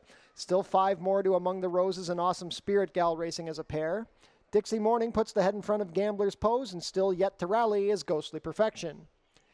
Into the far turn they go. Princess Mayfair is still yet to catch Naughty and Nice. The lead is a length and a half, past a half in 46-2. Princess Mayfair now comes under some encouragement. Awesome Spirit Gal moving well in 3rd. Among the Roses 4th. Here comes a rally from Gambler's Pose. Dixie Morning, and still at the back, Ghostly Perfection. It is Naughty and Nice looking to make all the running in an upset. Naughty and Nice is up by 3. Not today for Princess Mayfair. Big rally down the outside from Gambler's Pose, looking to spring a big upset. It's Naughty and Nice still on top.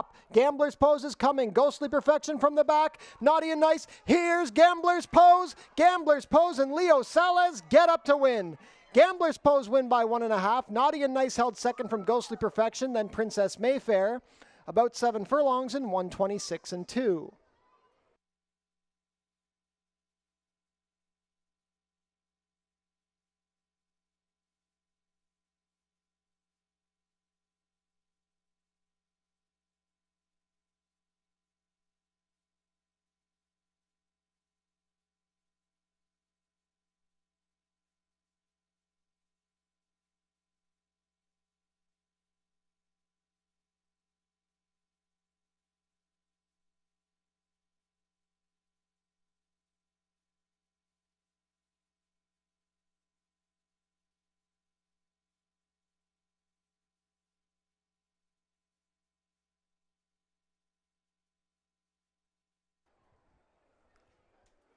Unofficial in race 5, a 99-1 upset, number 4, Gambler's Pose. Second is the 5, Naughty and Nice. Third, number 2, Ghostly Perfection. And fourth, number 1, Princess Mayfair. Unofficial race 5 order, 4-5-2-1. Fasten your seatbelts for the payouts in this one.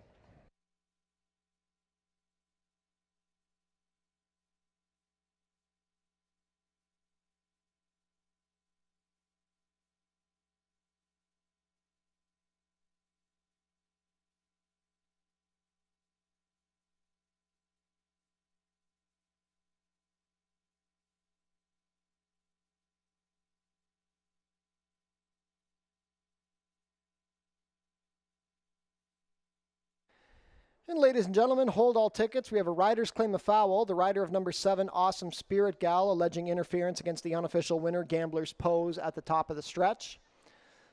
So we have a rider's claim of foul, 7 against 4 here in race 5. Hold all tickets as the inquiry proceeds.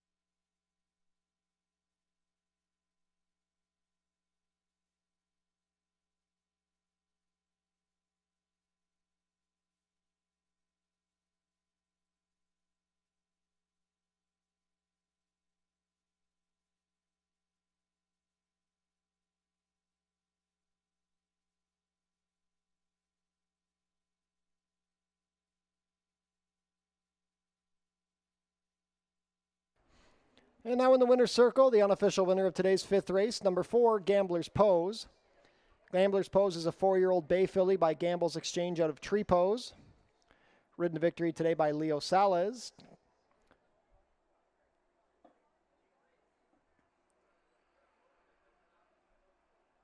Still awaiting the claim of foul here.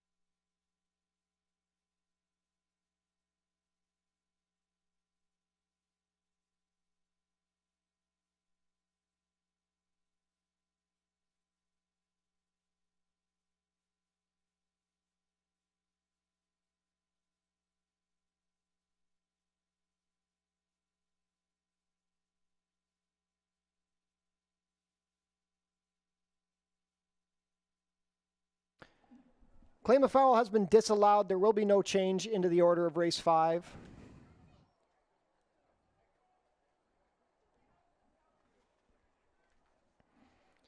So now back to the winner's circle.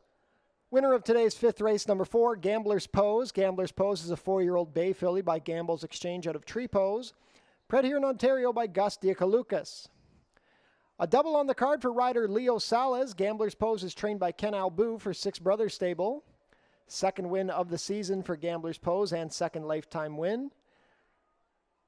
At 99-1, she rallies to complete the about 7 furlong distance in a time of 1:26.2. What must be the biggest upset in my career here at Fort Erie.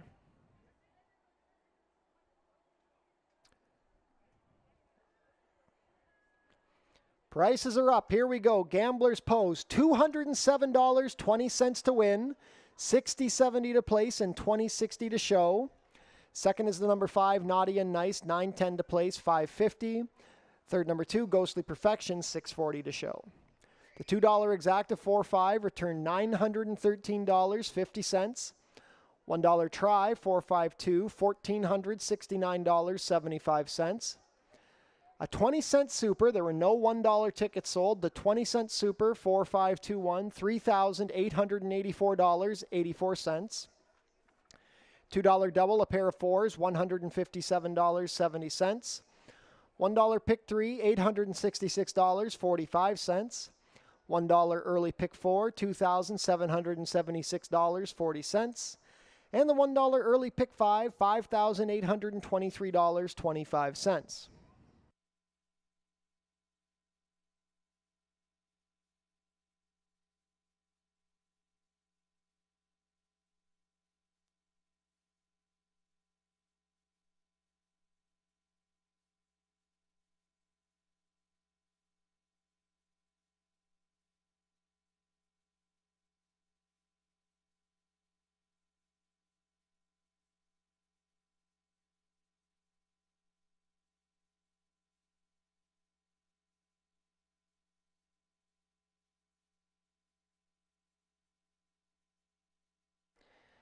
And congratulations to Sue and Rico, the first 2 winners of our non-winning ticket draw.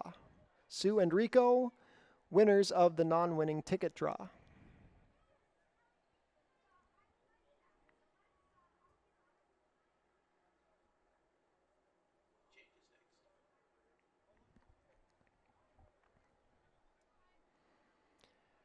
Changes for race 6, Vet Scratch the number 2, Sheba Town, 18 minutes to post.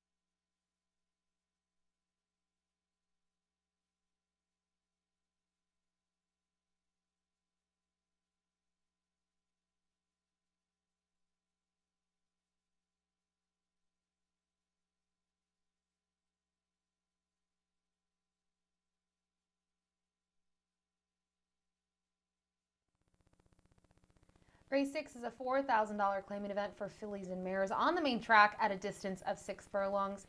It'll go all the way to the outside with the number 8, Mimi's Holiday. This one trained by Josh Robillard.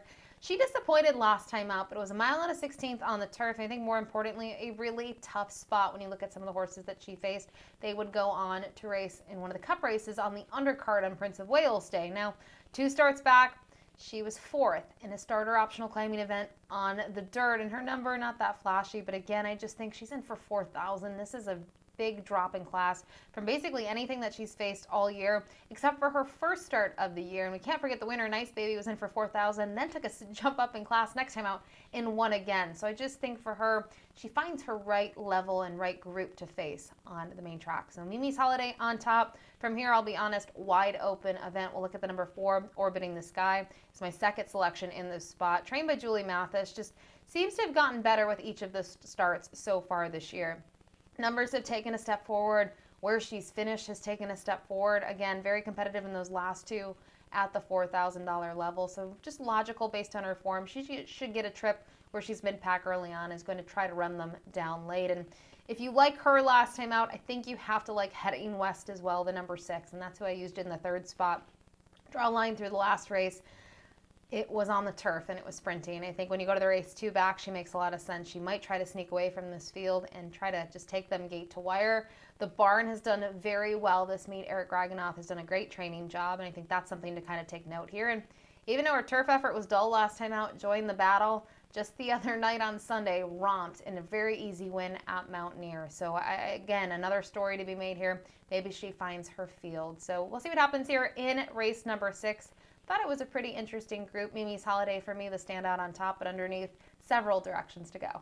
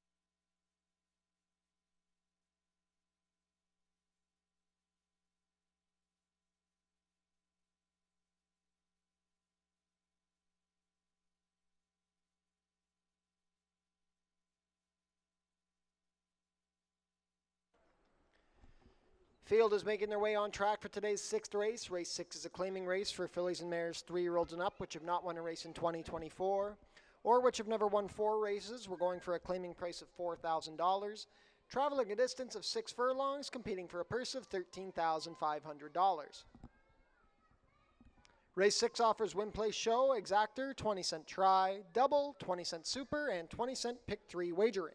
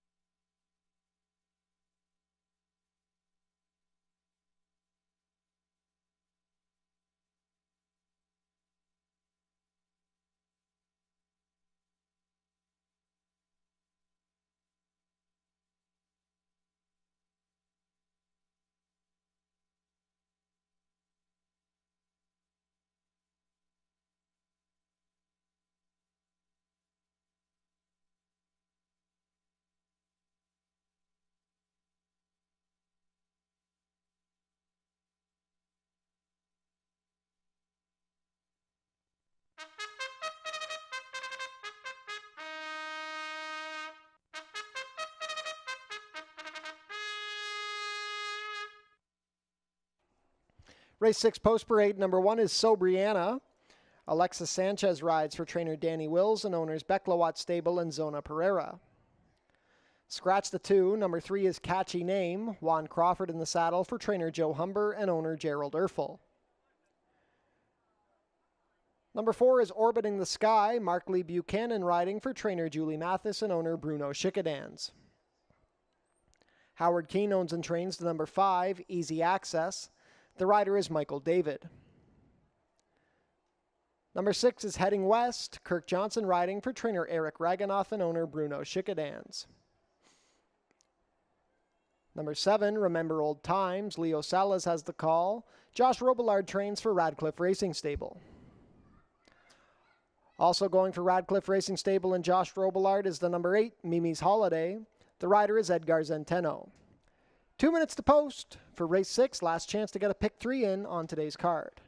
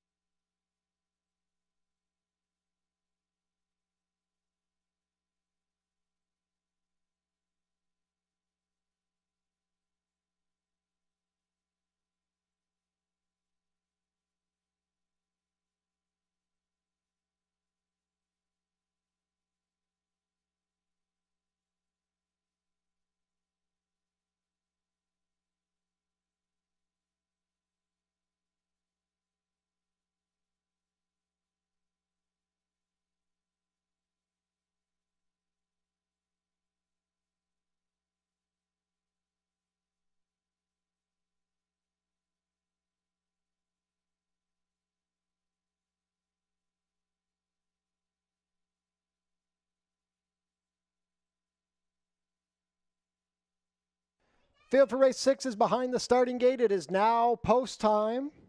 Pretty wide open betting board. The current favorite at 2-1 is the number 3, Catchy Name. First in will be So Brianna with Alexis Sanchez.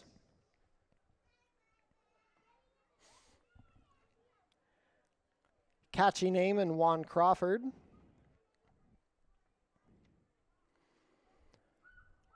Orbiting the Sky and Mark Lee Buchanan. Easy Access with Michael David. Heading West and Kirk Johnson. Last in will be the stablemates, Remember Old Times with Leo Salas. And Mimi's Holiday with Edgar Zenteno.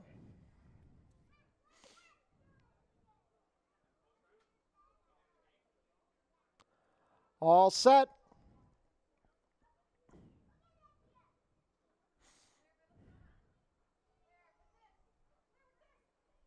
And they're off. A very clean beginning. Easy Access hustling out for the early lead. To her outside is Heading West. Third saving ground is Catchy Name with So Brianna fourth along the rail. Then we have Orbiting the Sky racing as a pair with Remember Old Times. And the early trailer is Mimi's Holiday. Easy Access leading the way, a length and a quarter better than Heading West. Stalking on the inside is So Brianna with Catchy Name to her outside. They went the opening quarter in 22 and 3. Racing in fifth is Remember Old Times, then Orbiting the Sky. Still at the back is Mimi's Holiday. Still on top at a big price, it's Easy Access and Michael David, 2 lengths clear of Heading West. Here comes a 3-wide advance from Remember Old Times. Between horses is Catchy Name, So Brianna. At the back still Orbiting the Sky and Mimi's Holiday. Still leading the way past a half and 46 flat, it is Easy Access. Easy Access in control as they swing for the drive. Heading West is second. Remember Old Times third. And from the far outside, here comes Orbiting the Sky. Now, Remember Old Times takes the lead from a tired Easy Access. Here comes Orbiting the Sky, looking to come from the back. Orbiting the Sky rallying up to Remember Old Times. Remember Old Times looking for the wire. It's down to these two. Orbiting the Sky gets up. It's Orbiting the Sky over Remember Old Times, then Mimi's Holiday and Heading West. 6 furlongs and 113 flat.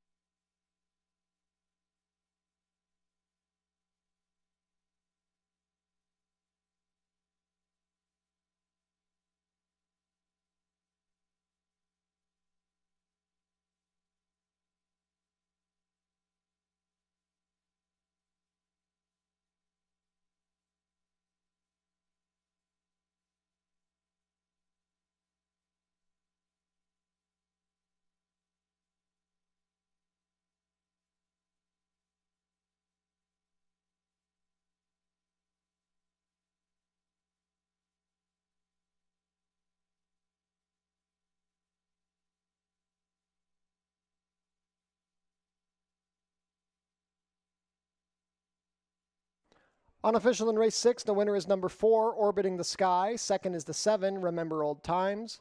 Third, number 8, Mimi's Holiday. And fourth, number 6, Heading West. Unofficial race 6 order, 4-7-8-6.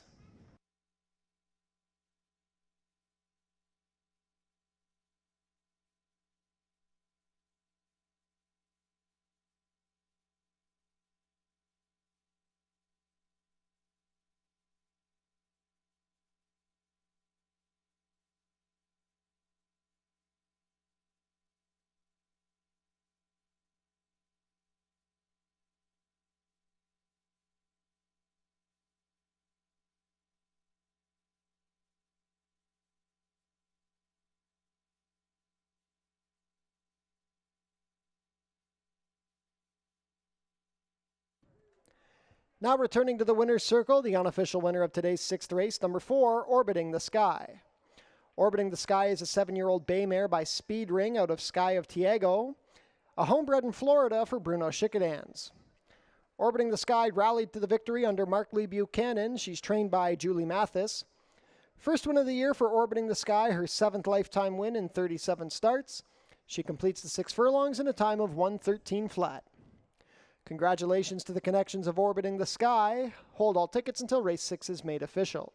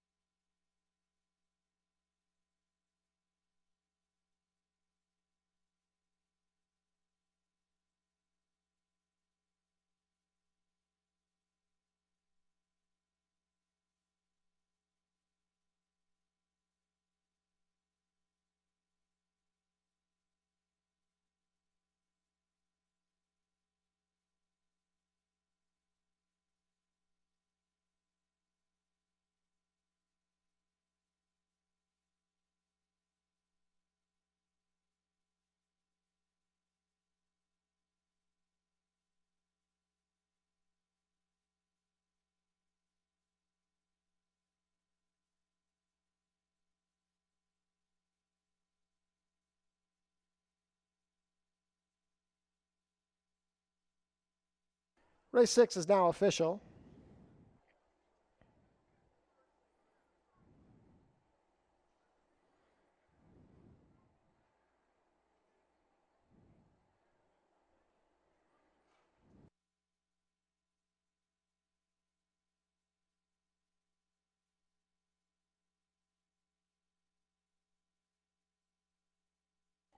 Prices are up. Orbiting the Sky pays $13.90 to win, $6.40 and $3.20. Second, number 7, Remember Old Times, $7 to place, $4. Third, number 8, Mimi's Holiday, $2.80 to show. $2 Exacta 4-7, $83.20. The $1 Try, 4-7-8, $134.70. $1 Super, 4-7-8-6, $335.20. $2 Double, a pair of fours, $457.30. And the $1 Pick 3, $593.40.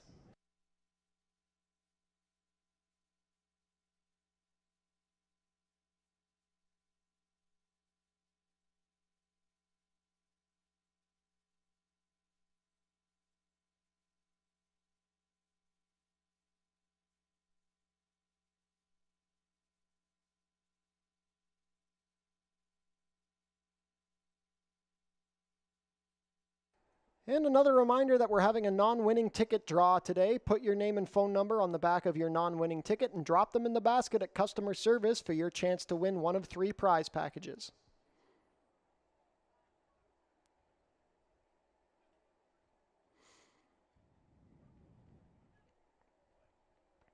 Changes for race 7. We have an overweight on the number 1, Amazing Success, 2 pounds over at 122. And a rider change on the number 2, Bend in the River, make the rider Micah Husbands. 17 minutes to post.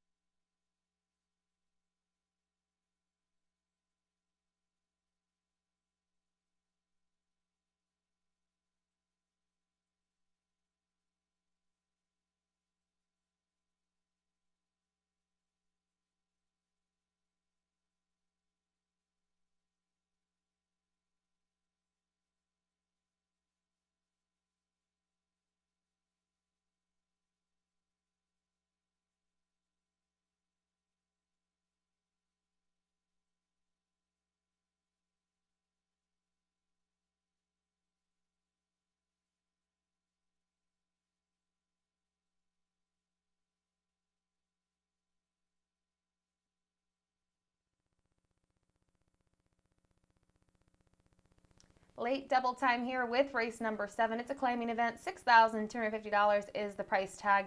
A distance of 6 furlongs on the dirt. And my top 3, I think, could sort of be maybe jumbled around, and the order of them could be changed. But for me, the number 3, Bound Lucky, is where I'll start. I will admit, win streaks are really tough to keep intact, and he's going to try to make it 3 in a row, but he's been very good in these last couple, and last time out, I thought he looked very good at the 6.5 furlong distance. He beat Strong Ending, who finished in the money yesterday on the card, a horse by the name of Bait and Switch, and he's just been consistent. He's always been this way, but to see him finally get into a win streak, I think speaks a lot about him, because last year he was just 1 for 9, and now he's coming in here in some great form. He has one of his better buyer speed figures, in his career last time out. And I think that's sort of the sell on him. And Juan Crawford had a good day yesterday. He's been aboard the last 2.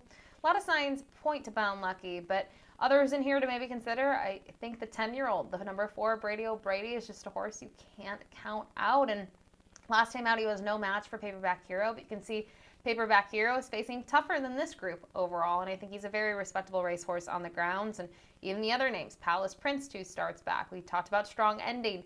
He's just been there. He's been able to beat Bound Lucky earlier this year, and just a 10-year-old who honestly loves what he does, and he's a fun horse to watch. And I just think for him, he just needs some pace to develop in front of him. Last time out, he was actually a little bit closer than he usually is, but when the pace is quick, this guy's going to be rolling from the back of the pack. Finally, the number 1, Amazing Success. This one was able to win last time out, beat Sanyani, which I thought was a really nice performance from him, and just really had to get up in time, but a nice ride in there for Mark Lee Buchanan. For him, you kind of wonder where the race came from. Not necessarily. It was dropping in class. 3 starts back, allowance level, non-winners of 3 life, then was in for $6,250, and then dropped down to the $5,000 level. So he's going to face some saltier types in here with horses that have a lot of wins, 4, 5, 9 in their career, but I think he is one that's worth a look, especially once again, depending what happens here in the pace scenario. He should be close enough to it early on.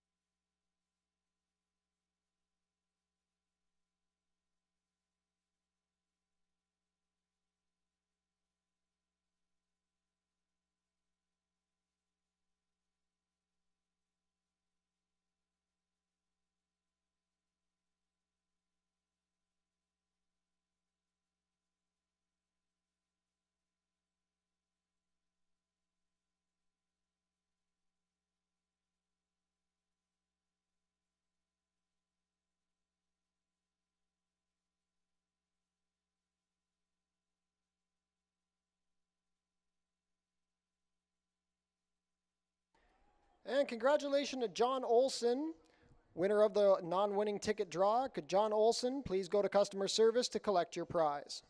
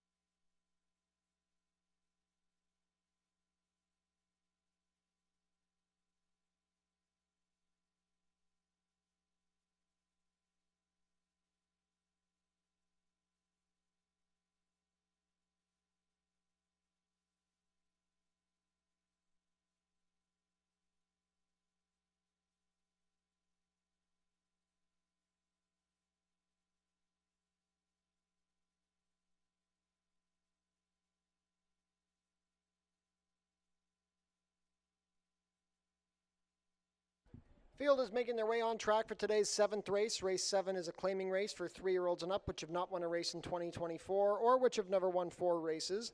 Going for a claiming price of $6,250 down to $6,000. Traveling a distance of 6 furlongs, competing for a purse of $19,800. Race 7 offers win, place, show, exactor, 20-cent try, double, and 20-cent superfecta wagering.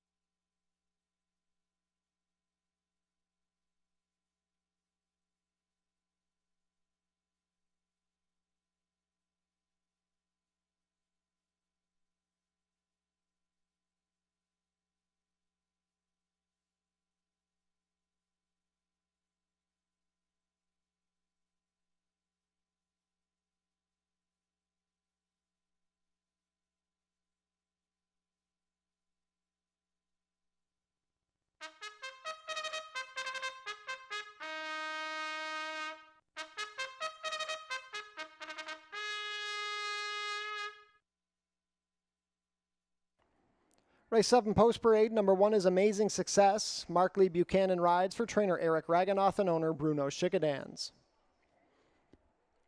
Number 2 is Bend in the River. Micah Husbands picks up the mount for trainer Julie Mathis and owner Bruno Schickadans. Number 3 is Bound Lucky, Juan Crawford in the saddle. Sharon Chicotto trains and owns in partnership with Jim Vatir and Vino Bahari. Number 4 is Brady O'Brady. Leo Salas pilots for trainer Josh Robillard and owner Radcliffe Racing Stable. Number 5 is Exceed, Kirk Johnson riding for trainer George Newland and owner Lincoln Rodhay. Number 6 is Half Lit. Omar Marino has the call for owner trainer Howard Keane. Completing the field, number 7, Thunder Heavy Rain, Alexis Sanchez riding for trainer George Newland and owner Dwayne Newsom. 1 minute to post for race 7, late double wagering offered here.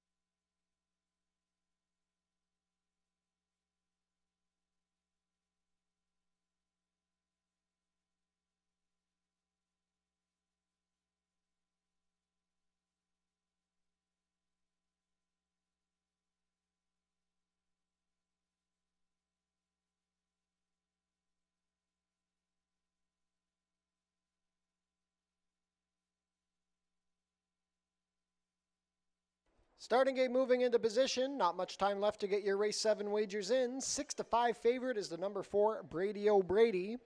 This race kicks off the late double. They'll be heading to post shortly.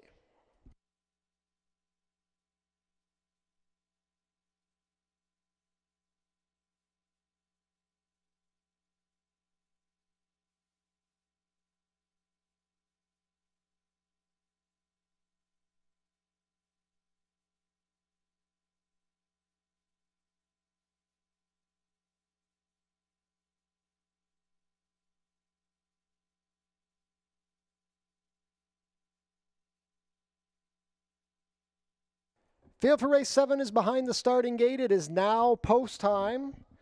Set to begin loading for the kickoff leg of the late double. First in will be Amazing Success and Markley Buchanan. The other Bruno Schickedan's runner, Bend in the River, with Micah Husbands to gate 2.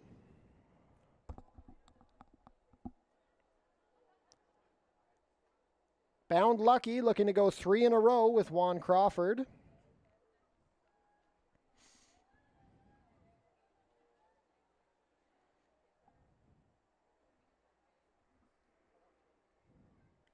Bound Lucky steps up. 10-year-old Brady O'Brady and Leo Salas at 6-5. Exceed with Kirk Johnson. Half Lit and Omar Marino. Last in will be Thunder Heavy Rain, the filly, and Alexis Sanchez. All set. And they're off. Half Lit lunged at the start. He's last early. Exceed showing speed with Bound Lucky. Along the inside is Amazing Success with Bend in the River also now showing up. Thunder Heavy Rain is deep on the course. Then towards the back are Brady O'Brady and Half Lit. With a short advantage, it's Bound Lucky now being pressured by Bend in the River, who slipped up the inside. Third between them is Exceed. Half Lit after the slow break is rushed up into fourth, just a length off the leaders, with Thunder Heavy Rain racing in fifth. Shuffled back was Amazing Success, who now trails the field with Brady O'Brady. 22 and 3 for the opening quarter. They are 3 across the track. On the inside, it's Bend in the River, Bound Lucky racing between horses, and Exceed is 3 deep. These 3 have opened up 5 lengths on Amazing Success, who's traveling well. Half Lit is trying to get going with Brady O'Brady and Thunder Heavy Rain. 46 flat to the half, a bit of bumping between Bend in the River and Bound Lucky. Exceed has called it quits. From the back, trying to launch the rally now. That is Amazing Success and Brady O'Brady.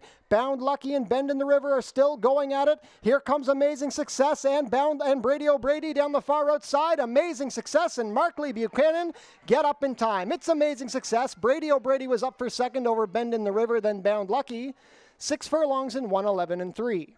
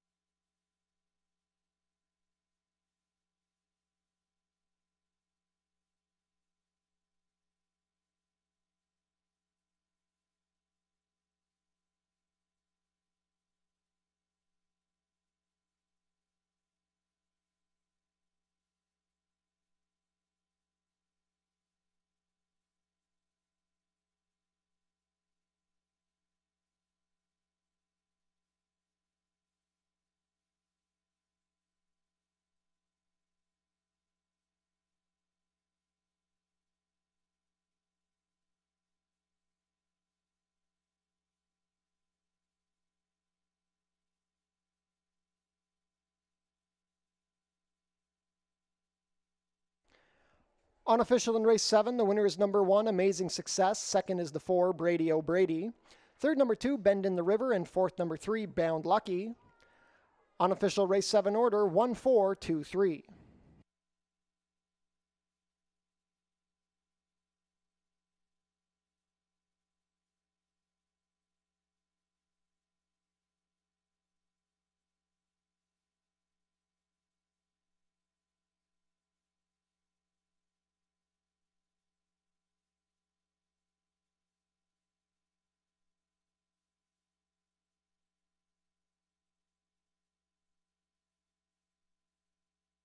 Stewards have launched an inquiry involving the start of the number 6 half-lit. Stewards' inquiry involving the start of race 7. Now returning to the winner's circle, the unofficial winner of today's 7th race, number 1, Amazing Success. Amazing Success is a 3-year-old bay gelding by Amazing Destiny out of Sunbonnet, bred in Arkansas by Starfish Stable LLC. Ridden to victory today by Mark Lee Buchanan, Amazing Success is trained by Eric Raganoff for Bruno Schickadans. That's back-to-back wins for Amazing Success and his 3rd win of the Fort Erie campaign, his 4th lifetime win. He gets up and completes the 6 furlongs in a time of 1:11.3. Congratulations to the connections of Amazing Success. Hold all tickets until race 7 is made official. Stewards' inquiry involving the start on the number 6 half-lit is still ongoing.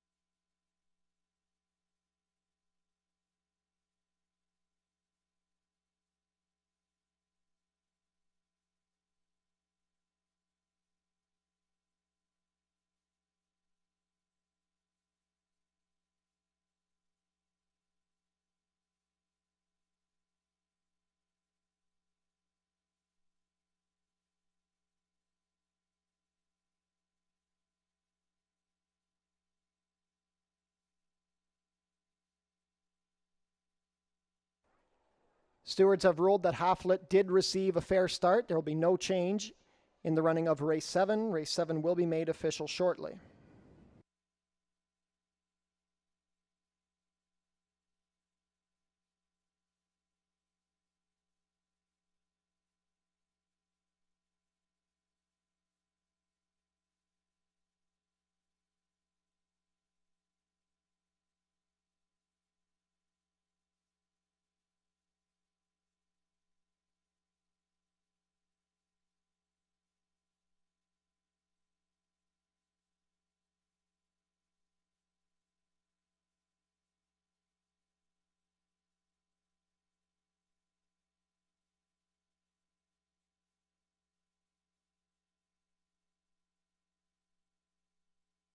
Race 7 is now official.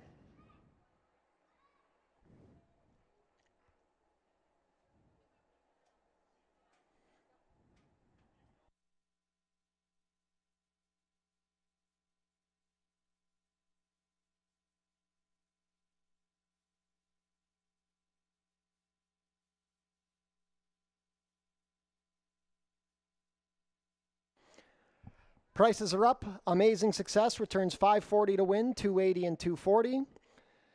Second, number 4, Brady O'Brady, $310 to place, $260. Third, number 2, Bend in the River, $3 to show. $2 exacta, 1-4, $14.90. The $1 try, 142, $28.45. $1 super, 1423, $41.90. $2 double, 4-1, $40.90. And the $1 pick 3, $2,529.25.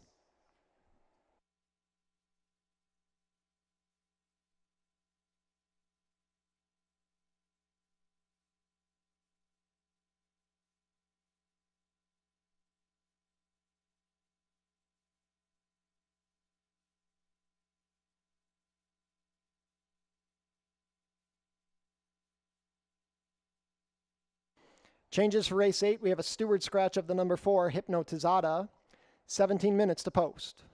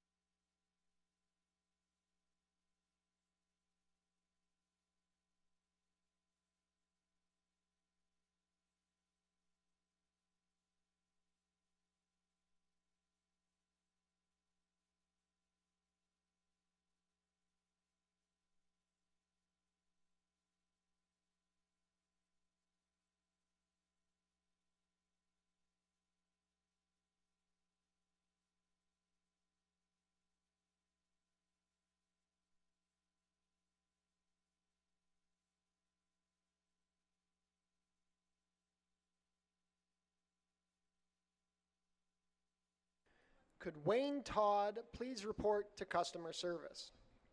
Wayne Todd, please report to customer service.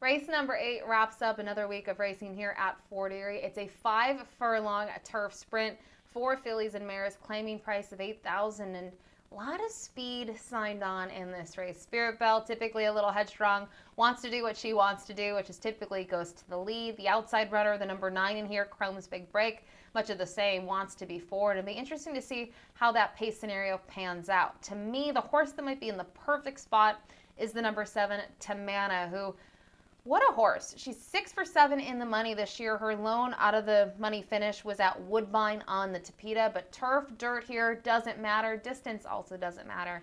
You see her, she was able to win at 5 furlongs, and then she stretched out to a mile on the turf, and she just came up a length short when she finished second after being the pace setter. So she's versatile. She can sit the trip. I liked the efforts that we saw 3 and 4 back, where she was able to kind of sit and then make her way to the front. And I think she's just going to be in that right striking spot to kind of mow down the pace setters in here. Also, can't forget last time out, she ran a huge second in the Horse People's Luminary Cup. Mountain Sound was the best horse on paper, but she really ran her race and maybe beat some other horses where she had to work for it. So I think she is the horse to beat in the nightcap. I think there are plenty of other horses to talk about, though, including the number 3, Ferret, who's a type of horse that, can't ever count out here on the Fort Erie turf course. Look at that record. It speaks for itself. In those last several efforts, those last 2 has been second, one of which was on the dirt, but more recently was second behind Chrome's Big Break, and got that trip that she typically prefers, where she's just 3-4 lengths off the pace and tries to get to them. And unfortunately, in her last 2 efforts, she's come up a little bit short, but I just can't count her out in here. She doesn't need the lead to win, and I think that's very important in this spot. And we talked about the horse already, the number 9, Chrome's Big Break. We'll see what sort of trip she can work out. She's going to have some pace pressure, I think, from Spirit Belle, and we'll see if anyone else can go with them early on. But she was able to get the job done last time out. She was cutting back in distance from 7 Ace to the 5 furlong distance. I think 7 Ace too far for her, plus the group that she faced 2 back, much tougher than she faced last time out. And you can't knock her. Look at her at the meet. She is a 5-time winner in 2024. She's done very little wrong, and speed is the name of the game with her. But we'll see what happens early on, hoping that the number 7, Tamana, can get the job done and kind of wear down the logical pace setters on paper.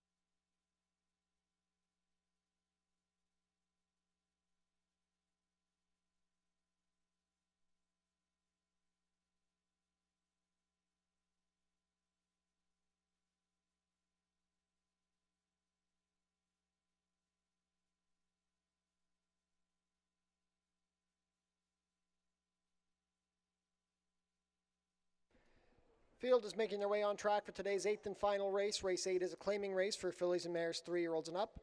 Going for a claiming price of $8,000 down to $7,000, traveling a distance of 5 furlongs over the turf course, competing for a purse of $22,200.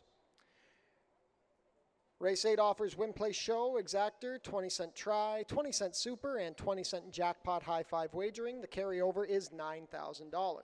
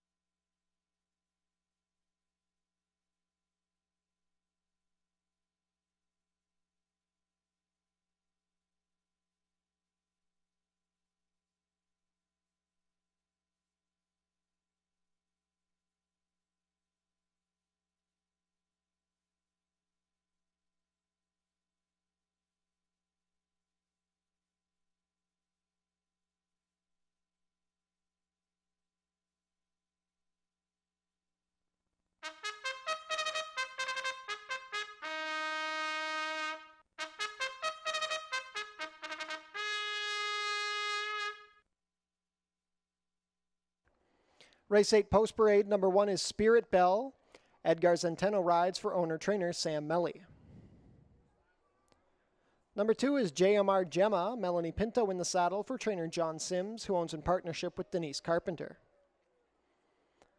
Number 3 is Freret, Omar Marino riding for trainer Roy Augustino and owner Drew Greening.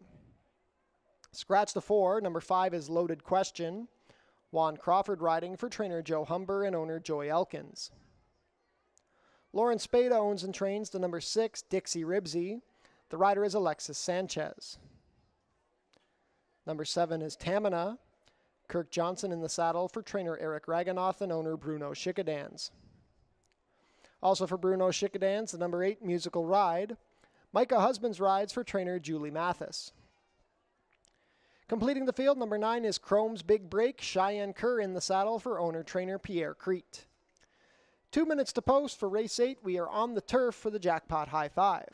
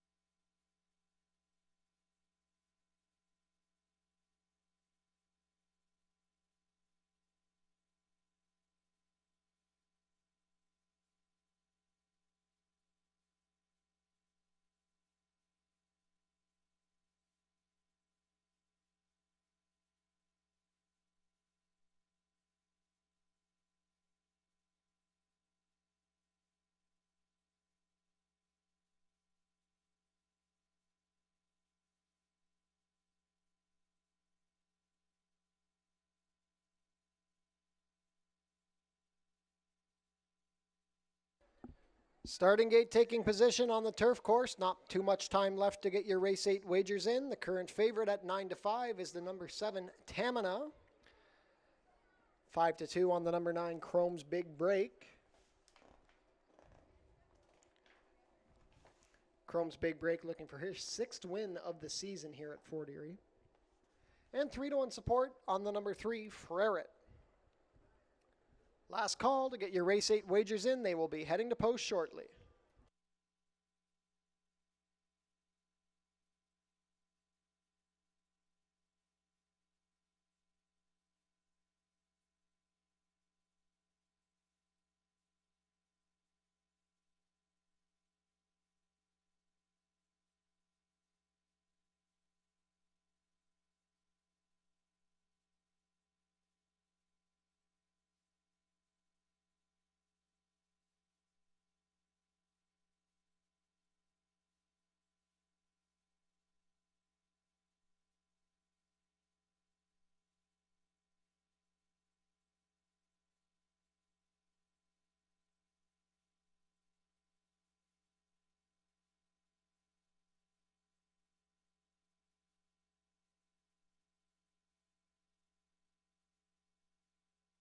Field for race 8 is behind the starting gate. It is now post time.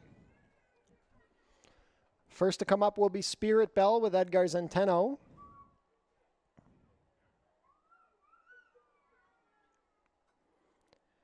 JMR Gemma with Melanie Pinto. Frerit and Omar Marino. Loaded Question and Juan Crawford.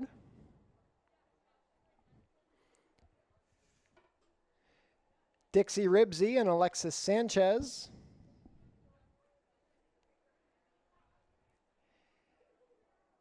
Tamina at 9-5 under Kirk Johnson.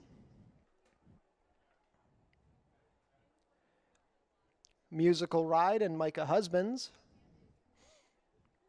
Last in will be Chrome's Big Break and Cheyenne Kerr.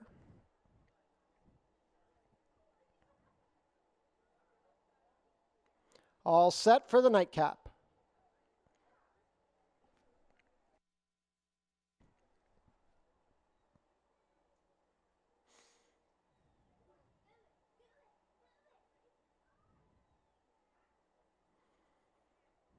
And they're off. Chrome's Big Break out a step slowly. Up the inside, Spirit Bell is going for the early lead. JMR Gemma also hustled along. Loaded Question going to be forwardly placed after the slow start. Chrome's Big Break is making a big rush deep on the track. Dixie Ribsy between horses. Frerit is taken back and following the wall of horses out of the trouble, and at the back early is Tamina. Into the turn they go. This is a very clustered early race. Spirit Bell on the inside. Loaded Question now takes the advantage past a quarter in 22 and 3. Chrome's Big Break is into second. Following horses is Musical Ride. Up the inside, Frerit with Dixie Ribsy trying to launch a wide rally. JMR Gemma between horses. And at the back, Tamina has a lot of work to do, but look at this. Loaded Question has opened up 2 lengths. Frerit finishing strongly up the inside, angling off to split that one. And Chrome's Big Break. Musical Ride deep on the course, and Tamina from the back. Loaded Question has the lead. Frerit is coming. It's these two. Frerit with a late surge. Frerit and Omar Marino going to get up to win the nightcap. It's Frerit by a length over Loaded Question. Tamina was up for third, then a photo for fourth between Musical Ride and Chrome's Big Break. 5 furlongs and 59 and 3.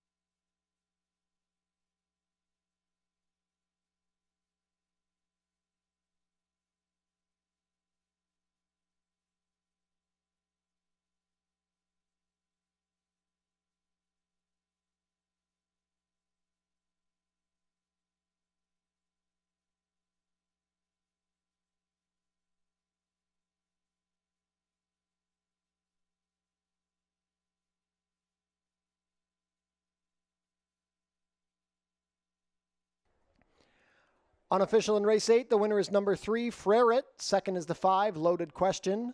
Third, number 7, Tamina. Fourth, number 8, Musical Ride. And for fifth, for the jackpot high five, was the 9, Chrome's Big Break. Unofficial race 8 order, 35789.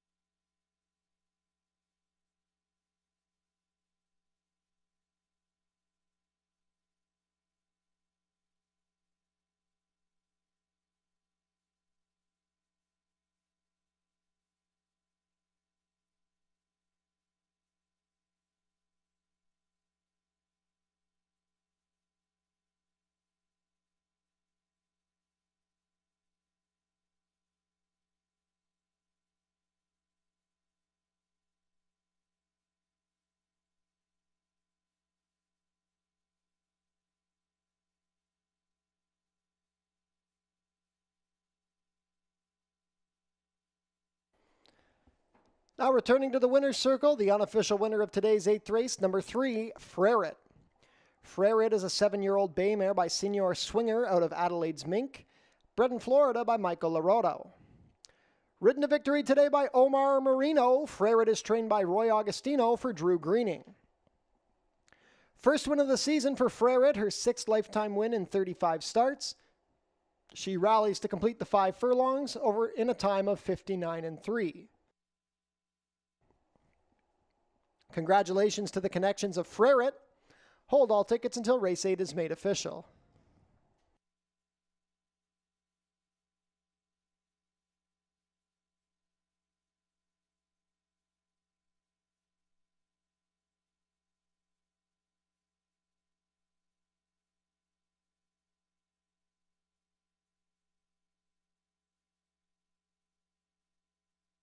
Race 8 is now official.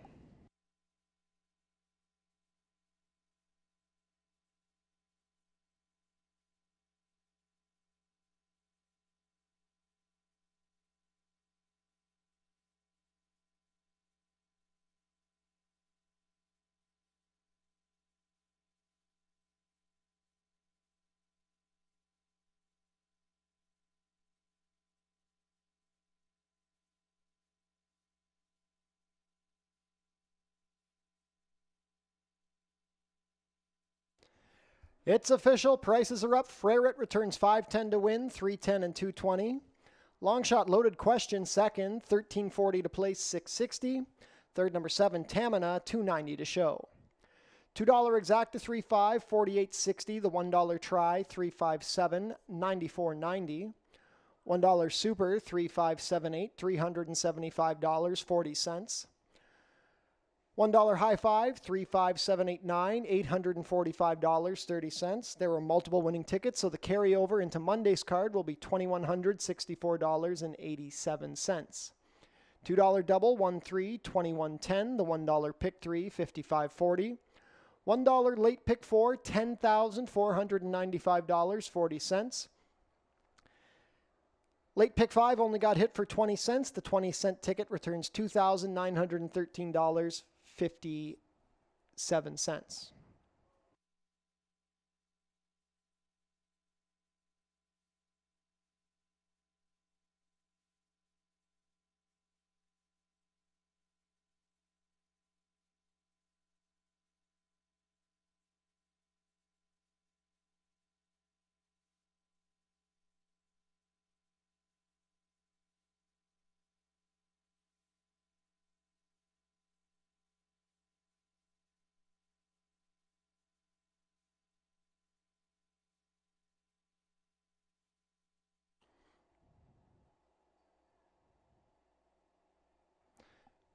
We had a claim out of race 8, the number 6 Dixie Ribsy, claimed by Terra Horse Farm Incorporated, moves to the barn of trainer Joe Humber.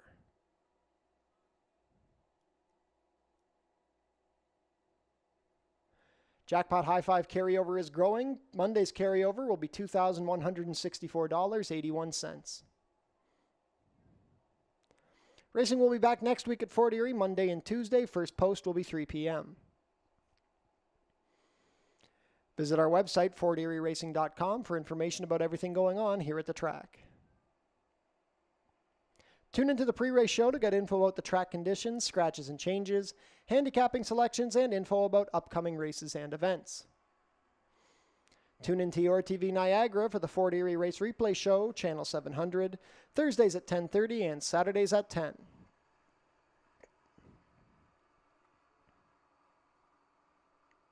And that concludes the racing week here at Fort Erie Racetrack. We want to thank everybody for joining us here this week. Racing will resume on Monday. First post will be 3 p.m. We hope to see you all again on Monday. Enjoy the rest of your Tuesday night and enjoy your week from all of us here at Fort Erie Racetrack.